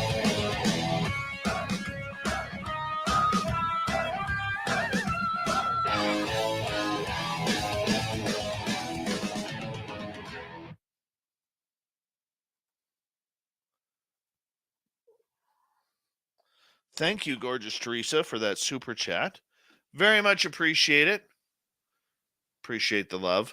I normally I don't do this. I know you guys will be very accepting, but I am going to log off right now because I do got to get back to the museum to make sure everybody is A-OK down there. So thank you so much for tuning in. Thank you, Teresa, Guillermo, Phil, Jake, and Mennonite Abe for the amazing super chats. And by the way, if you haven't heard our latest extra that I just built for the show, take a listen till the end. Yeah, I was able to find Butch Witkowski's last words to me, and I tagged him on. It's a little emotional, a little fun, but it's totally SOR. Take a listen.